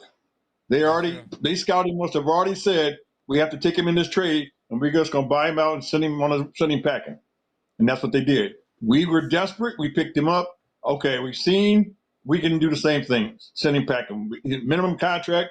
Let him go. Let's send a message to the rest of the team. We are officially now going to start holding players accountable to doing their job. Everybody. And if you're not, we're going to get rid of you. Guess what? He can't do. Our rookies can't do no worse. What's our rookie guard that we got? What's his name? Mark Mark The rookie. Sears. Put him out there. Let him play. He can't do no worse than what those stats you just gave us. No worse. That's fair point. So what's the sense? Let him build up and let's see what he'll do down the road, because this isn't working. Second of let me all, ask you, bro, why do you guys think that Nance is getting no time? That is the $1 million question. Like what am I missing that he's not even in garbage minutes? I've seen the other, right? I've seen Giannis's brother get time before Nance. How does that work? It doesn't make much sense. What Doc would say, I think what Doc would say is that it's, and I would disagree. So I'm not making, I'm not agreeing with or co-signing what I think the argument for how we're going about things is, because I definitely think that he needs more time than he's making. I mean, he was on the court for 5 seconds to hit a three. Right. You know what I mean? And so, but I think what they would say is that his lack of athleticism. But here's what I would say about Jericho Sims getting time over him. What is Jericho Sims doing with that athleticism? Right. So you can tell me athleticism all day and all night, but it's not being directed in a good place. And then it comes and it ends up making you as a coach look bad. Right. Because if you're saying, okay, well, the athleticism is why you would put him on the game, but then you don't direct that athleticism, then he's just what we see now, which is empty calories and useless energy. You're a half second step late and you're a day late and a dollar short when it comes to your block shots. Right. So how many block shots is he actually getting because he's not being directed as to when to jump, when to not jump? Right. How much game tape are you watching if you're going to get in the game? What are you actually doing? He's probably our best screener, which is why I think he's maybe getting the time. But the fact that our best screener is someone who, in the sane world, doesn't get on the court is a sad indictment, right? And so, again, when you have a shaky ball handler, and I went immediately to some of these other teams and what they do. Do you think Steph Curry is a shaky ball handler? Just question. Do you think Steph Curry is a shaky ball No, handler? I think he's Steph got Curry is one of not the at best ball all. handlers I've ever seen in my life. No Like, doubt. you know what I mean? But Draymond Green still comes and gives him that screen when he's bringing the ball up to make his life easier. Did you see where I was going with that point? Like you have one of the best ball handlers I've ever seen, right? I still think Kyrie Irving is the best ball handler I've seen, but Steph Curry doesn't have to sprint to keep up with Kyrie Irving. And yet and still, there are how many different screens that you'll see to free up Steph Curry, A, when he's dribbling the ball, and B, when he's off ball to free him up for a shot. Brings me back to the original point that I was making, because I looked this up immediately after the game when I'm watching Ryan Rollins go 1-on-5. When I'm watching Ryan Rollins immediately try to probe, and then the offense is him resetting. And in that sense, he's taking the same role that I see Giannis doing. Giannis will probe, doesn't Right. work, and so he comes out and he resets. Okay, so that frustrates the hell out of me, right? Because the offense at that point is everyone just get out of the way and let the ball handler make something happen. Instead of, where are our drag screens? Where are our ram screens? Where are our double screens? Where are our crab screens? Where are all of those screens? Where are this, like, have you ever, like a pick and roll, pick and pops, where someone will pick, like a Miles Turner with, I've been screaming for this since we got him, because this is what he's supposed to be good at, is Right. the screen and roll, right? Or pick and pop, excuse me, where he will pick and then he comes out to like the elbow and makes that shot, right? Someone, if you wanted to get more exotic, when he does that, can come and set a pick and he can go further to the corner and be open for a three. Have we seen that? Staggered screens. And there are a lot of different varieties of staggered screens, right? Pin Have we down. even, do we even know what a staggered screen is?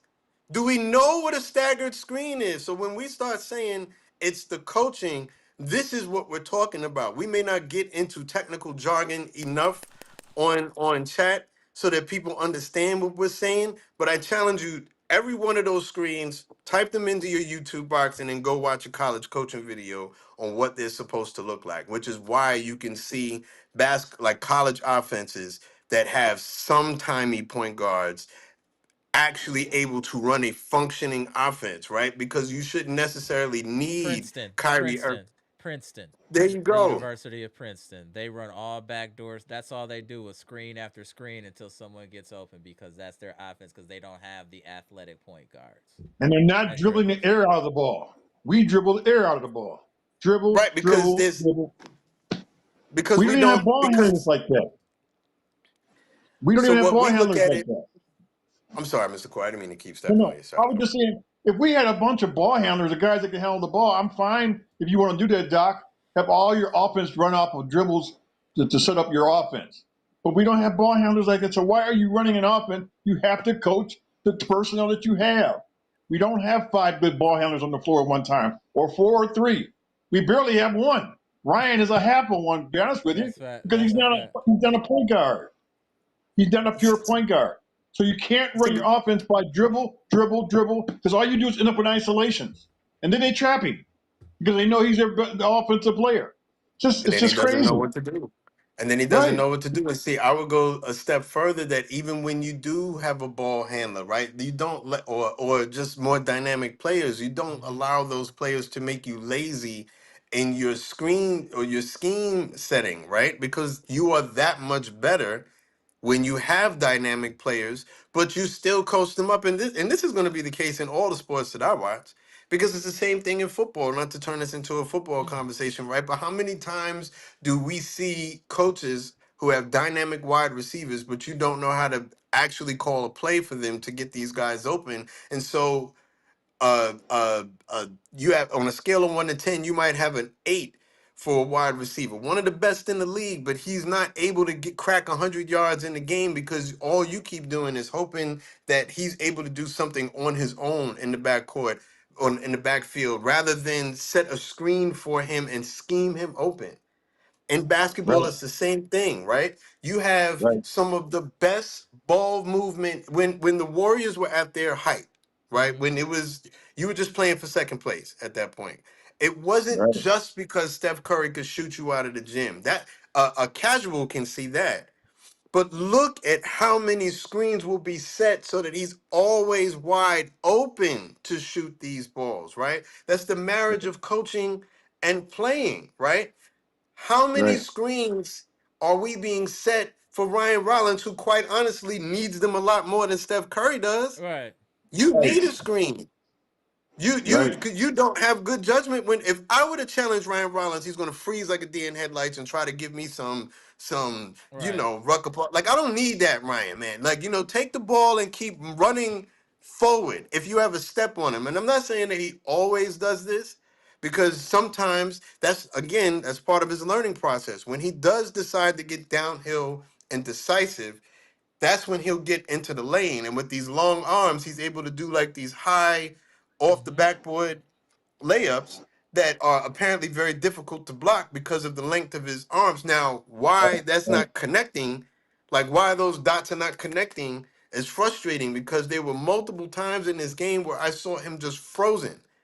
And not frozen because the defender's doing something, frozen because I got to show you what I could do with these handles, and you're playing right into their hands. So I ask again, when you have a player who, because of his shaky ball handling and his sometimey decision making, who needs screens, why are we not setting them?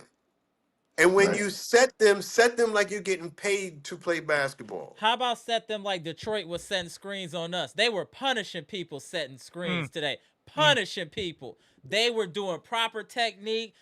To be honest, most of our screens are illegal. If you want to keep it real, the most of our screens that we've set are illegal. We're never set. We're doing brush screens where you're kind of half in position. They're just not calling it. When you saw Detroit put a screen down on us, you saw boom, hitting somebody, stopping their progress. That is the point of a screen, to stop the defender's progress in order for the offensive player to get separation, to make a move, or to take a shot. We don't do that. Again, that's fundamentals that you should be working on in practice. Yes, you should know that as a professional, but with repetition comes success. And I just don't think we're getting enough reps of the fundamentals in practice, and it shows on the court. Well, Or we just don't even know what to do. Go ahead. Go ahead. I'm even sorry. even when we do successfully magically set a screen, you'll see Miles Turner did it a couple times where he actually was where he's supposed to be. Mm-hmm. It's like they don't know what to do after that, though, right? He's Right. staying the screen, and now the play's breaking apart, and Miles Turner's still standing there by himself, and now you got it's crazy, bro. The whole point of a screen is that's just part one. You stand your ass right there, allowed right. There's another part to the play after that, bro. After even when we do set a screen, we don't know what to do after the screen. Now I don't know again if that's IQ, but man, you guys ever seen Doc with a tablet in his hand, a board? No. You see, I think head coach.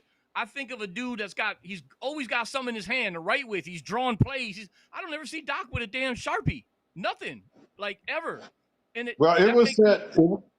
I'm sorry. It was said last year about Doc by one of the assistants that Doc doesn't like to practice, and it shows all the time. We can't tell. Because Amherst hit the right key word. It's called repetition, the reps. If those guys did their plays and reps and the things you're talking about, James, it would be more natural if they did it in practice. They would naturally know what to do. But because we don't have the reps, because he don't put the time in practice and demand that we do this over and over and over again, the way that the Miami Heat does, we're supposed to. That's why we're so disorganized. It's in every sport. They say you don't win like football, right? You don't win the game on Sunday. You execute on Sunday. You win the game during the week when you practice. That's right. Exactly right. Practicing and executing. We don't do nothing in practice. It's obvious. We could do like the sports analogies thing all day, because for me, like fighting is a big sport that I watch, right? That was one of the things that I did. That was one of my sports when I was younger, right? You'll see guys trying to give you like their whole bag, like every punch that they've learned in the book, and not one of them looks good coming out. So you're showing me a variety, but on a scale of 1 to 10, everything that you're throwing me is a 2.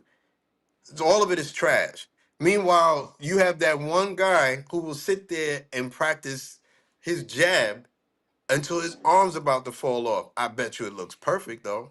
I bet you he beats you with that jab. I bet you it doesn't matter what you do. He catches you with that jab every single time. Every single time. For the boxing fans in here, Bud Crawford, every time he throws a jab, he's going to catch you every single time. How many jabs you think that man's thrown in his life? That's in practice. He just eats. On fight night, it's just time to eat at that point, right? But you got to earn the opportunity to eat, right? And a lot of that is practice.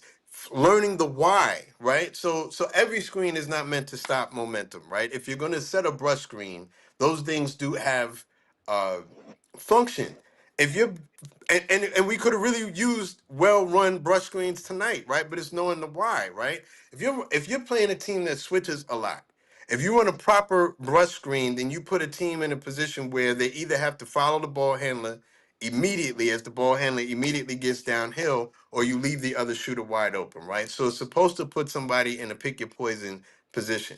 When we run brush screens, it's not with the intention of putting someone in a pick your poison position. We run brush screens by accident.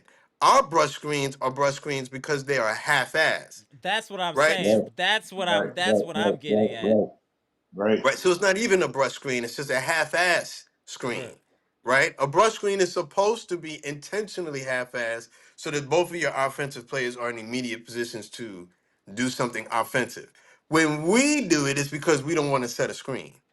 That's right? what And I'm so saying. Right. you dig what I'm saying? So it's not a brush screen actually, right? It's a half-ass screen, and nobody did anything. The ball handler didn't immediately get downhill. The person setting it didn't immediately put himself in a position to shoot the ball. And that's what we do. right? It's crazy to me. Only time AJ Green you should be practicing or throwing any kind of behind the back passes is when you have practiced that motion so much that everyone knows where you're supposed to be, where they're supposed to be. None of that looked like anyone knew where they were supposed to be. So that was just some impromptu stuff. And you, sir, with all due respect, do not have enough skill for impromptu basketball. You don't. Mm-mm. You don't. You know, Kyle Kuzma's impromptu looks like absolute trash. Bobby Portis's impromptu looks like absolute trash. Jericho Sims, everything offensive looks like absolute trash. Gary Trent Jr.'s offense impromptu looks like absolute trash. There's a trend here, right? We have so many specialists who cannot create for themselves that for many of Right. these guys, their impromptu looks like absolute trash. So if you are supposed to or going to be good in an offense like that, then you need to practice and write the script for them, because if you leave it to them to wing it, they're going to look like absolute trash. You're going to have AJ Green throwing behind the back passes to no one. You're going to have Cole Anthony throwing lead passes to Bobby Portis, and no one in the room knows that it's a lead pass to Bobby Portis included. You're going to have Cole Anthony throwing backdoor passes when no one runs backdoor. That's what our impromptu looks like. So they need the practice, Doc. And I'm sorry that you may not have coached a team since Tracy McGrady was still in Orlando, because that's the last time that I've seen you seemingly draw up a play that was not an alley-oop from Chris Paul to Blake Griffin. You need to Right. actually write plays, draw up plays, take the time, check these dudes. Ask them, I don't know, like have written tests. Do you know what a staggered screen is? Why haven't we seen it? This is the NBA. Right. Why is it that you can have college teams run a functional offense with no like high level ball handlers, but we need a high level ball handler just to get around the first defender? You don't Right. need that. It's Right. nice to have. You don't need that. We don't.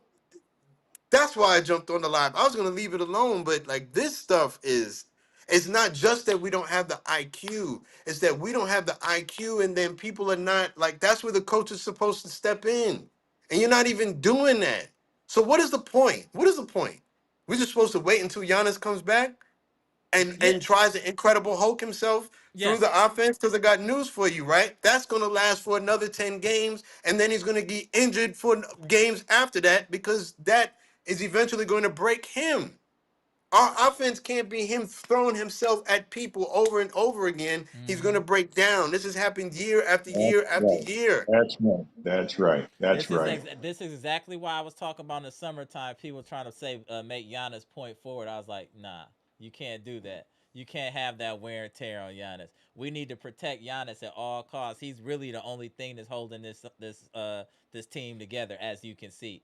We can't even find our way to the bathroom without Giannis. It appears at this point, and that's being But real. our I think we would be a little better if we had KPJ, but not much. Again, like I've been saying, y'all been seeing the shorts. Y'all hearing Dr. Smith, you hearing James, you hearing Mr. Cool. I know that a lot of y'all are saying that we can't just keep blaming the coaches, but sometimes it is the coach. Sometimes you need that right voice in the locker room. We're seeing it with other teams. When they have the right coach, they're taking off. Even look at the Lakers with JJ Redick. They're much better now under the helm of JJ Redick than they were under Darvin Ham. Let's just be real. They look better. They look like they're running plays. They look more organized and structured. Bickerstaff got the Pistons organized, structured. We don't have any of that. We don't even know what we are, and that's the whole point that I'm always snapping, and everybody else is always snapping on Doc. You here, you're getting 10 million, and you've shown no value. How can you? right. Like you've shown no value. Like I keep asking, what has he done to improve this team since he's been the coach? And it's nothing has improved. We've had quality players come in and out of here. The players have changed.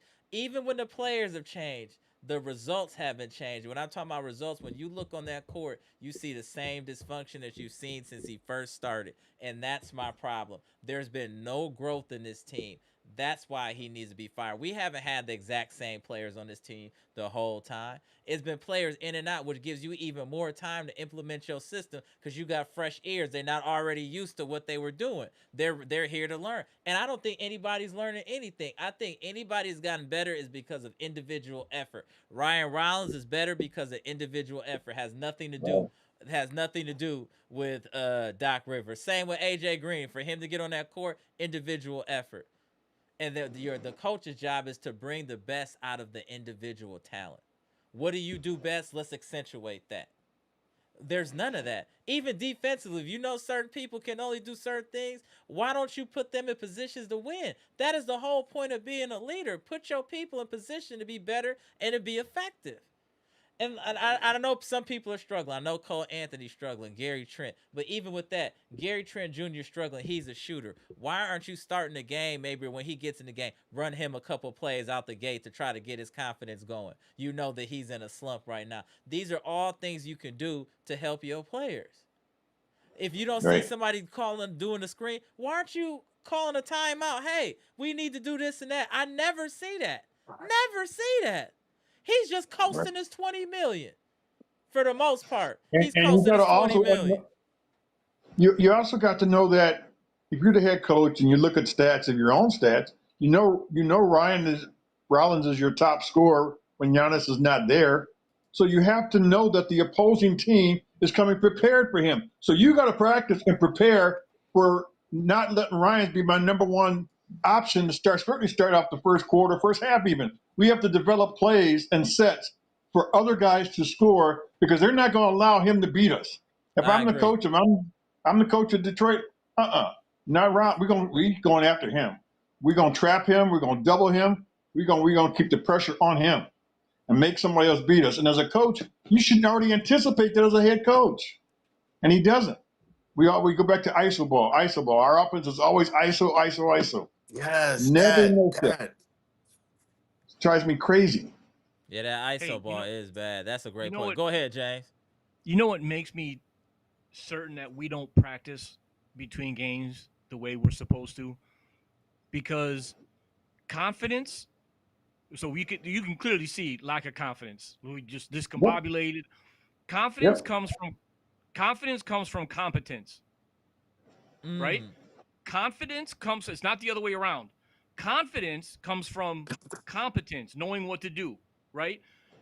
How do you know what to do to the point where you're confident with what you do? Repetition. Where does repetition come from? Practice, right? Are we running plays in practice? I want to have Rollins bring the ball up in practice, right? We'll split the Bucks up in teams. I want Rollins to bring the ball up 500 times, calling plays, people set in position. So if the defense is doing this, we do this, right? I haven't seen one play, bro. Think about this. When have you seen anybody bringing the ball up on the Bucks, calling a play, and people getting in a position because we can see what the defense is doing? None, bro, ever. We treat every single possession as a brand new opportunity that we've never seen before. Bro, they ain't but so many different plays. Right. That's facts. Every brand new offensive set for us is a brand new Christmas package. We don't know what's in it, right? We just open it up and we see how it develops. Bro, that's not I don't care how great of talent, how we screen, how we shoot. Bro, we don't bring the ball up and start calling plays, right? Reading the defense right out the gate. Man, we can talk IQ all day, but you're right, Amar. At some point, what's happening in the days between the games, right? Some of the coaches are breaking down game film. As soon as this game's over, they're already on to the next game film. Who we play next? How did they play D? How did they play us last time? What are they probably watching to see what we're doing? I like the boxing analogy, right? Because a lot of times what boxers will do, they know their opponent is studying their boxing tendencies. So they're actually training off to the side, knowing that dude is studying how he normally boxes. So if he's a southpaw, he's going to train a little bit differently so that he's got some moves that this dude hasn't studied on him. Bro, there's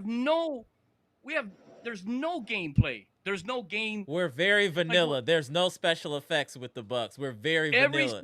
Just like the Packers. not every game, every play is brand new. Right. Is a Right. brand new, bro. That drives me crazy, bro. Just bring the ball up, and whoever's open, whoever can kind of set a pick, whoever can kind Yeah, of set a exactly. screen. It's like you're Where's playing at the AJ? park Oh, with your friends. It's like playing at the park bro, with your friends. It's not literally even you, bro. He just said like even guys at the park after a game or two to kind of figure out who's good at what, and we'll figure it out, brother. After how many games we still ain't figured nothing out, bro. We playing like 5 brand new dudes just learning each other every single game, and it's crazy, bro. I don't. That nail on the head. Why is it that we always look like this is the first time that we've ever played with each other?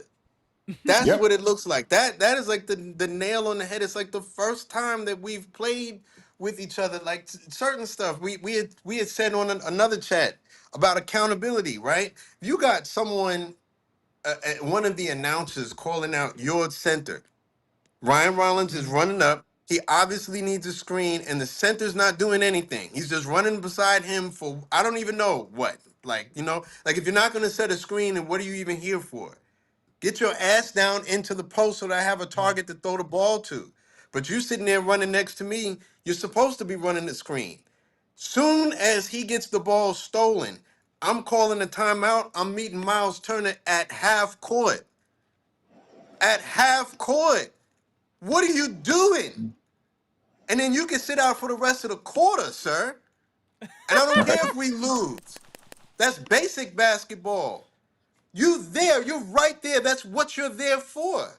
If not for that, then what are you doing? Where are you at? Why are you spaced out? Why is it that on the previous game, like Bobby Portis is playing defense on the perimeter, the defender, excuse me, the ball handler on the other team had gone, he had done one of those things where he was trying to run into the post, but like his defender was like right with him the entire time, right?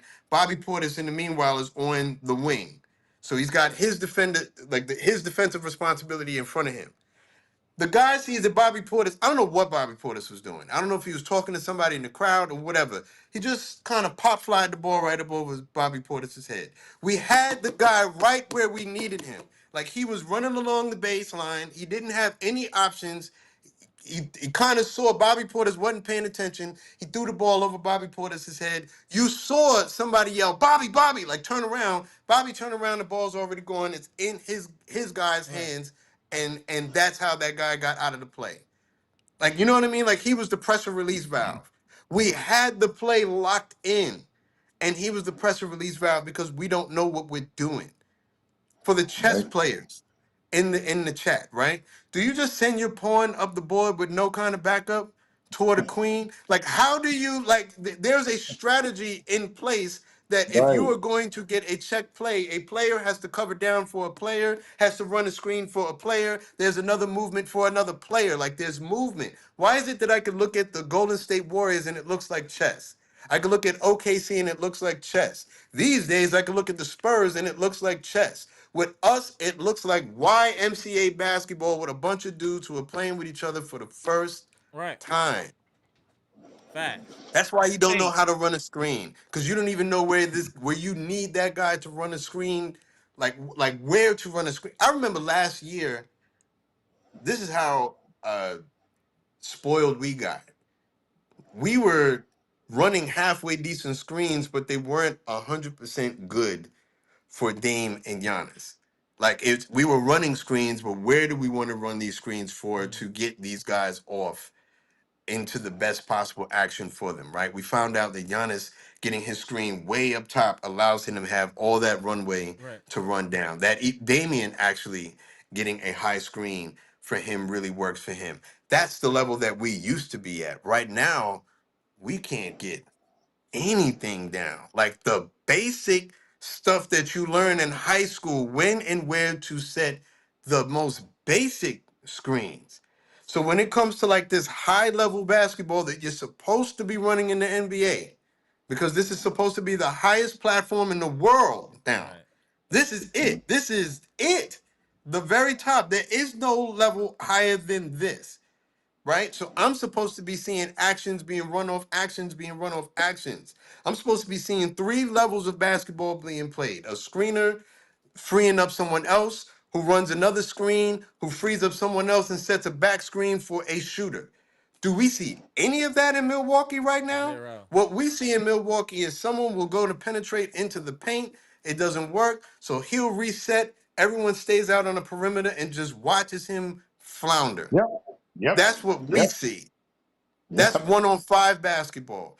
I don't even like that when we have guys who can do that, right? That only ever worked that in where I liked it when I was watching Allen Iverson play for the Sixers. Right. Then I would prefer it, right? Because then, yeah, you just run by everybody and get as much space. We don't have anyone even remotely close to that. Where is our actions? Where's our actions? We Doc is trying to coach this read and read. Like I see it in the chat, read and react. There's no one who knows how to read. There's no one who knows how to react on this team. Facts. Not one single player. Not one single player. That doesn't just come to you overnight. You don't have like a thunderbolt moment and all of a sudden understand basketball on the level. This ain't the Matrix where all of a sudden it's like, I understand now. And it's like you can see the number. You have to learn what it is. You have to learn. There's a school involved. Like there's theory involved. Like you know what I mean? Understanding basketball. That's why they have all these coaching clinics that you're supposed to have gone to before you got to this point. That's why you have college players who start practicing in the summertime long before they start playing so that you learn the theory of basketball. Right. And we don't know it. This is supposed to be the final level. Today. Get the likes up. We don't know it. We don't know it. You don't know the basics. What's the assistant coach that we had that's now in Charlotte? What's his name? The head coach? Oh shoot, right on the tip of my tongue. Right. Damn. He was like our head assistant. Yeah, I know you're talking about. But go ahead. He's a better coach than Doc. In those 2 games, Charlotte outplayed us both those games, really by far. And we had Giannis on the floor. Charlotte outplayed us. That guy who I owe him an apology. I didn't think he could be a good head coach. After watching our team with Doc and him, I take him right now to replace Doc. Right now. Because he did a much better job. Look how Charlotte played us. Right. How hard they played, how well, how organized they were. And they didn't even have Giannis. We got arguably the best player in the league. Right. And we barely beat them at home. Barely. Took us to overtime. We lost to them on their floor. He did a better job coaching that team. And he had players sitting out. Key players that were missing. If we don't be careful, that team can catch us. B-Shack, you made me think of something. You were talking about play calling, and it made me think about what we were just going over, right? With practicing, the play calling doesn't start on the court; it starts in practice, right? It starts through that repetition, through the confidence. You know, Indiana has this play. Everybody knows it's when they step on the court. You see that, and in fact, they did it. They're so confident in the play because they practice it so much. It's the inbound play where they put all 4 of their guys on their side of the court, and they're coming down our way. Remember that play last year? They ran it on us. Yeah. And then, it looked like a football play. I remember. Something happened, and they got the ball right back. It was, I don't know, it was a foul or something happened. They're so confident in that play. Even though we seen what they were about to do, they did it again, and that's when Halliburton put that 3 up and Giannis fouled him. Right. Remember that play? That's right. That was the play. I remember. It looks like a football play. Yeah. They just did it to us, and the very next inbound, they did it to us again. We knew what was coming. They're so confident because they practiced it so much, right? The confidence came from the repetition that they weren't even worried about us knowing that it was coming. They were confident enough to run us, and guess what happened, bro? They won the game on that play, bro. Giannis fouled Halliburton, and that was them. Yeah. That were the points that put him over. That's what coaching and practice does, bro. It gives you so much repetition that you can do. You know, you've done it so much. I know where AJ Green is going to be. I know where dude is going to be. You're so confident in your teammates because you've done that play 1,000 times in practice, bro. I don't feel like we've done these plays that I see one time in practice. At all. Right. At all. Thank you. Yes. That's right. So We're all in agreement. Get rid of the coach. You talking Let's about get last words. Let's start speaking with of AI, Dr. you Smith, talking about and then we're gonna go practice? to James. Hold on a Are we second. talking about practice? Right. On you, Dr. Smith. I mean, like I said, for me, that's like the most frustrating thing because it's my favorite part of Mm, basketball, right? It's my favorite part of sports, right? Is right. watching the real thinkers put their ideas against one another.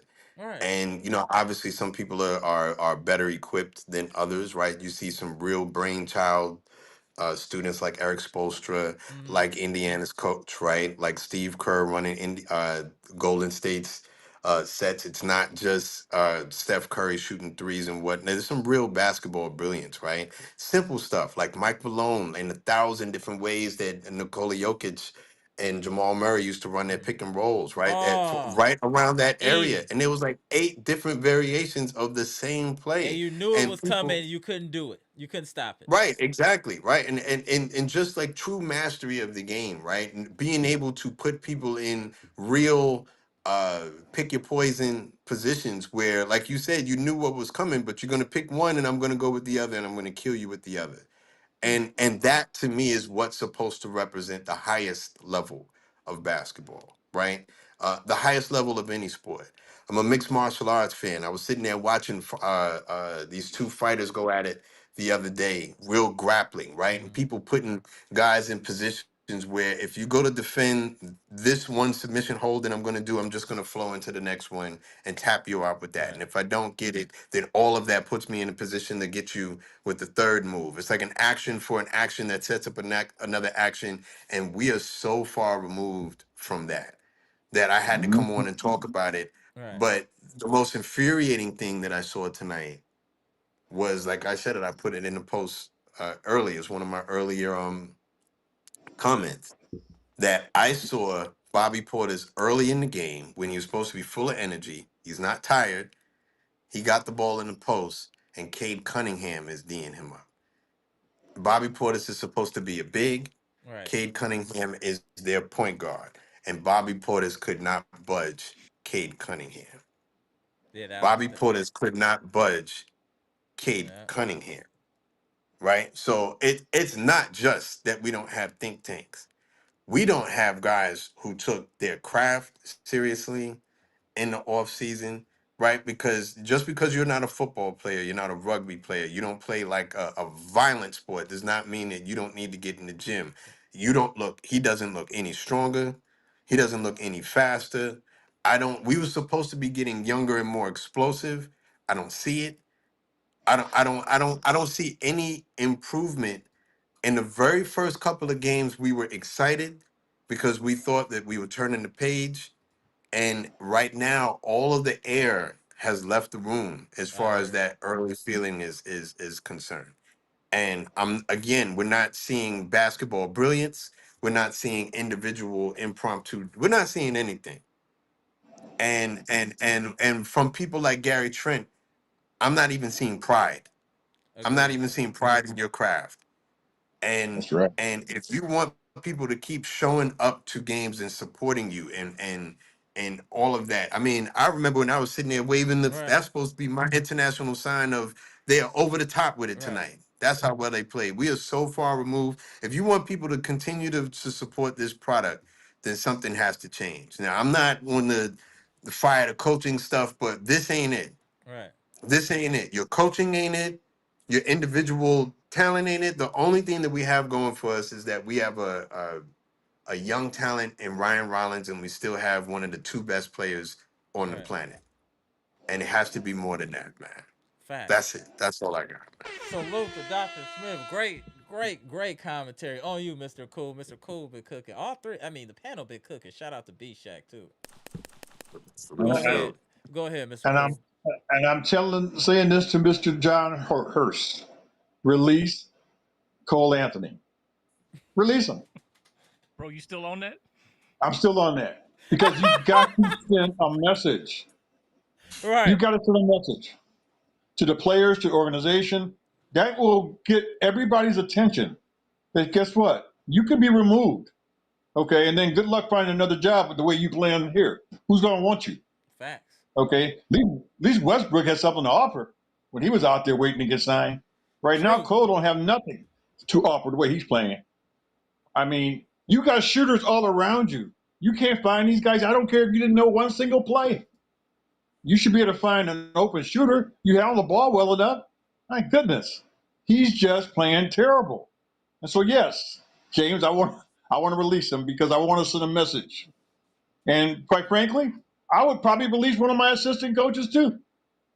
There I'm we gonna send a go. message to them. There we go. Why do I have 8 assistant coaches over there in the bench? What? Somebody got to tell me what their job is.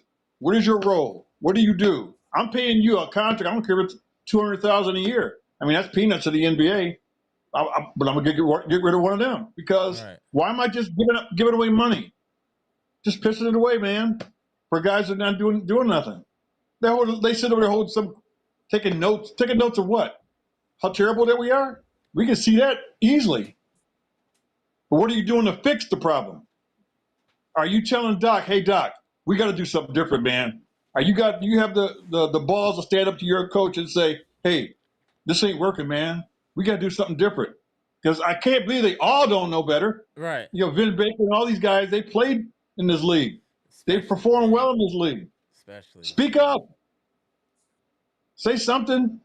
So I'm sorry. I'm done. I'm frustrated. No. This is the classic. No. This is instant classic. Appreciate you, Mr. Cool. Hold on 1 second, Mr. Cool. All you, Jays, and we gonna get out of here. All you, Jays. All right. Since I just ranted a little bit, I won't go too long. But something that we haven't talked about, and I've seen a bunch of people comment in the chat. Dr. Smith, the passion that you just ranted, like you had some nuggets, right? But it made me think about how you were talking to us. If Doc talked to our players, like actual communication, right? Tough love, but I love you, but tough, right? Like you sometimes you got to nudge some dudes, bro. I don't hear no or even see any passion, right? I see Doc getting all red-faced when he messes up a challenge call. That's about the only passion or any emotion I see from dude. We lead from the front, starts at the top, and coaching is one thing, but communication. Like, when do you ever see Doc get together? I've seen Giannis try to force it a little bit, right? He gets the guys together and has a stern little talking to. But I don't never see Doc any type of passion, bring the players around and get in their face. But you can see it's not yelling and screaming or scolding or chastising, but it's a passionate conversation about where people need to be. And bro, I don't see none of it. So if it's needed, right? So bro, when you were lighting your mic on fire, my screen is all hot. You got the Zoom smoking. All right. If we had some of that leading, bro, it would make a difference. Like, facts. I don't feel like these guys feel like there's anybody that actually cares about the players, the game, the play calling. Man, I don't know, bro. I don't see the passion. Leadership. I agree. No leadership. No leadership. Man, appreciate y'all tapping in. We going tomorrow live for Packers fans. We going live after the Packers game. Then we got the Bucks again Monday. They're going against Portland. So we're gonna see what happens. Hopefully We're gonna lose. We're gonna see what happens. We're going to see what happens, but it's another game that they can show something. So we're going to see what happens. But I appreciate y'all tapping in. I don't mind. Dr. Smith, I appreciate you losing. making the time. I know you was busy, so appreciate you tapping in, sir. Appreciate it. For sure. Salute. Appreciate it. And Mr. Cool, you were in your bag today. Appreciate you. Yeah, all right, was. Mr. Cool. Right, he was. Right, shout out to Mr. Cool. All right, James. Salute. Great comment. Great commentary. Let me tap in. Jeff, before my food get cold from this DoorDash. On you, Jeff. What's good? Okay, first, I'm gonna answer one thing that you wanted to know: why Pete Nance don't get that much play or Mark Sears. The reason is they're on two-way contracts where Jericho Sims and they're and they're Coffee fully signed. on Got regular you. contract. Got it. Okay. Got it. That's why we don't see them that much. Got it. Okay. And I want to be with Mr. Cool on what he said. Okay. That what Detroit did by getting rid of Monty their Williams. coach, Monty Williams. Monty Williams, in the middle of the season and brought in Bickerstaff. I don't care about the money. We need to get rid of Doc tonight. We need to get rid of Doc tonight and bring in, at least, if we can't bring in Mike Malone, pick one of the Spurs assistant coaches and bring them in, because the Spurs are the most and best fundamental team in the league. Get a coach from the Spurs to come in and coach this team, because we don't have no fundamentals on the team. And we need fundamentals. I agree. I completely agree. Because Doc and the coaching staff is not doing it. And the last coach that showed some fundamentals on the team, he's down in Orlando now as an assistant coach. And that was Joe Prunty. Right. No, I agree. I agree. We would have been better off keeping him as a coach. No, I agree with you. No, I agree. We would have been better off with Prunty as the coach instead of Doc. Let me just tap in Brandon before we get up out of here. What up, Brandon? What up, y'all? Sorry, CKC. My bad. No problem. My bad. I ain't tapped in the line, but I be hearing what y'all saying. Let me get my voice off real quick. I agree with Jeff, B-Jack, Mr. Cool, Dr. Smith, James, everybody in the chat. I think it's time to get rid of Doc. Because we've been holding on to him. To get rid of him. We've been holding on to him since we first signed him. Because it's not going to fix nothing. It's not going to fix anything. I agree. Because the way we playing right now, it's looking bad right now. It's looking bad. It's looking bad right now. We're always in the bottom, in the East. Like, come on now. I think that's why the Bucks are being punished. Because we still got Giannis. I feel like the Bucks need to do a whole week off. Get rid of some players. Get rid of Doc. Get rid of the whole coaching staff. They're not helping. They're not helping. They are here to collect a paycheck. Right. We've been seeing it from last year. No defense assignment, no effort, no ball movement, no player movement, no set, no nothing. That's the reason why I feel like we wanted Giannis into the ground. Because we don't have Chris Middleton no more. We don't have Dane or Drew no more. It's only Giannis and a bunch of role players that we got. We need a defensive mindset on this team. Facts. I think I thought I had Rondo at the coach and get some defensive coaching staff on this goddamn team. The way we play right now, we're looking like fools out here. Excuse me, Brandon. Like what the excuse me, Brandon. Like the media was saying that this team was not good. It's not the team. The team got talent. The team is good, but we don't have the coaching to coach the team to be where we're supposed to be. That's why I'm putting two to two together. That's why I see that the media is saying that the team is garbage. It's not the team, it's the coaching that is garbage. That's not putting the team up to where they should be. Mm-hmm. I That's why agree with the media on our helmets saying that the Bucks is not a good team. It's not the team, it's the coaching. No, I agree with you. Because I believe Miles Turner would be playing way better than what he is if we had the coaching to get him to be playing the way he should be. Cole Anthony, if we had the right coaching, wouldn't be making the same mistakes that he's doing. Right.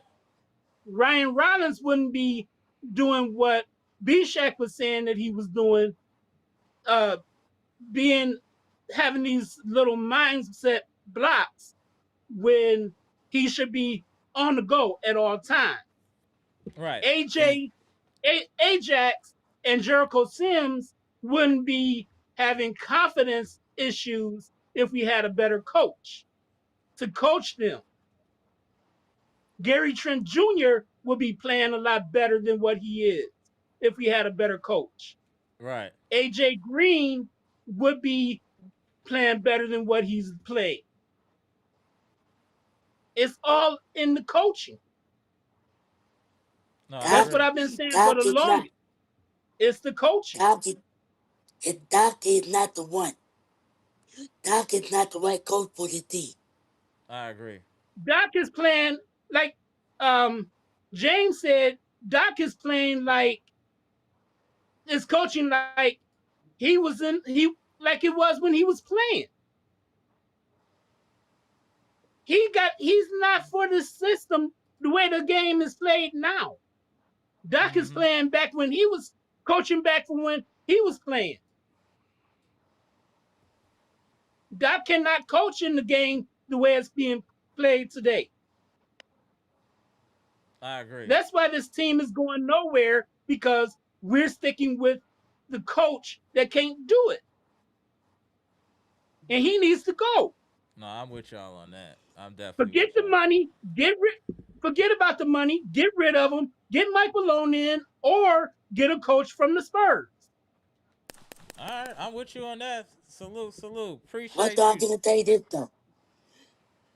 Bobby, I think it's time for Bobby to go. He had his time here in Milwaukee. Mm-hmm. His time is up. He already won the championship already, but his defense is a liability. Right. If we had a good Because coach, Bobby would be okay. No, I But got Doc y'all. is not doing anything to elevate Bobby's game. Yeah, I mean, coaching matters I'm on fed every up with level. him. All right, we're gonna get last words. We're gonna start with you, Jeff. Then we're gonna go to Brandon. It's on you, Jeff. I just want Doc out of here tonight. This team would be so much better. And The- we would be saying, worried about Giannis saying, I'm here, I'm gone, I'm here, I'm gone. right. The media wouldn't be saying that if we had a decent coach. I agree. I agree. On you, Brandon. I feel like I'm frustrated with the team. Mm-hmm. I'm frustrated. I feel frustrated. Because we're dealing with injuries now. We already out what Giannis, KPJ, and Jordan Brooklyn. Like, this team knows better. This team should not be playing with their food. They're playing with their level of competition. What the heck are they doing in practice? Mm-hmm. What the heck they doing in practice? No, I feel you. I feel like if I was the Bucks, do not do no more media. No more media I want everybody in the gym locked in Yeah. 24/7 Yeah. Agreed. because this team, this team should not be losing to no dang Pistons tonight. Oh no, we're not gonna do that. The Pistons are a good team, bro. They're 11-2. They done won 11 straight games. We're not gonna do that. They're a good team, bro. 12 straight now. Yeah, 12 straight. We're not gonna do that. They're a good team. The way I see it, I think this team is looking like fool.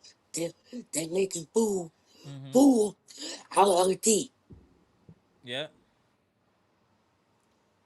I feel like when that happens this season, we might get around the second round, but I don't think we're not going all the way. Nah, not currently. But they I did, agree with you. way this team stretch it, I don't think, I don't think this team not going nowhere. I'm Okay. done. All What right, Horse Brandon. needs Go here's ahead. Go here's ahead. my last word. What Horse need to do is call Giannis in the office, sit him down, and tell him, I'm doing this for the better of the team to make sure that we get to where we need to be. But we need to let Doc and the coaching staff go and get a coaching staff in that's going to utilize the team in the Right. way that's going to win games and get us to where we want to be. That's But what Horse need to do. agree with you. Salute. Appreciate you tapping in, Jeff. Appreciate you tapping in, Brandon. We're going live Bye-bye. tomorrow to talk Packers, and we'll be again live Monday talking Bucks. Appreciate y'all tapping in. A lot of emotion in the live today. All right, y'all. All right, y'all. Go. All right. Yeah, a lot of emotion in the live. Dr. Smith, B Shack, James, everybody. It's a lot. We got to see what we going to do, y'all. If you haven't already hit the like button, man, this is. Uh, uh, yeah, we going to see, y'all. Yeah. All right, y'all. I'm Amber. This is Amber's Logic, Milwaukee Bucks Trades, Rumors News Live edition, where we just got done discussing the loss at Fiserv firm between the Milwaukee Bucks and the Detroit Pistons. 4 losses in a row. We got to get back on the winning side of the street here. Hopefully that'll be Monday against the Trailblazers. I'll see y'all then. Hey, we just got to keep supporting this team and hoping they turn the corner here sooner than later, y'all. All right, y'all. Gone. Damn, we got to get it together. We out here looking crazy in the streets.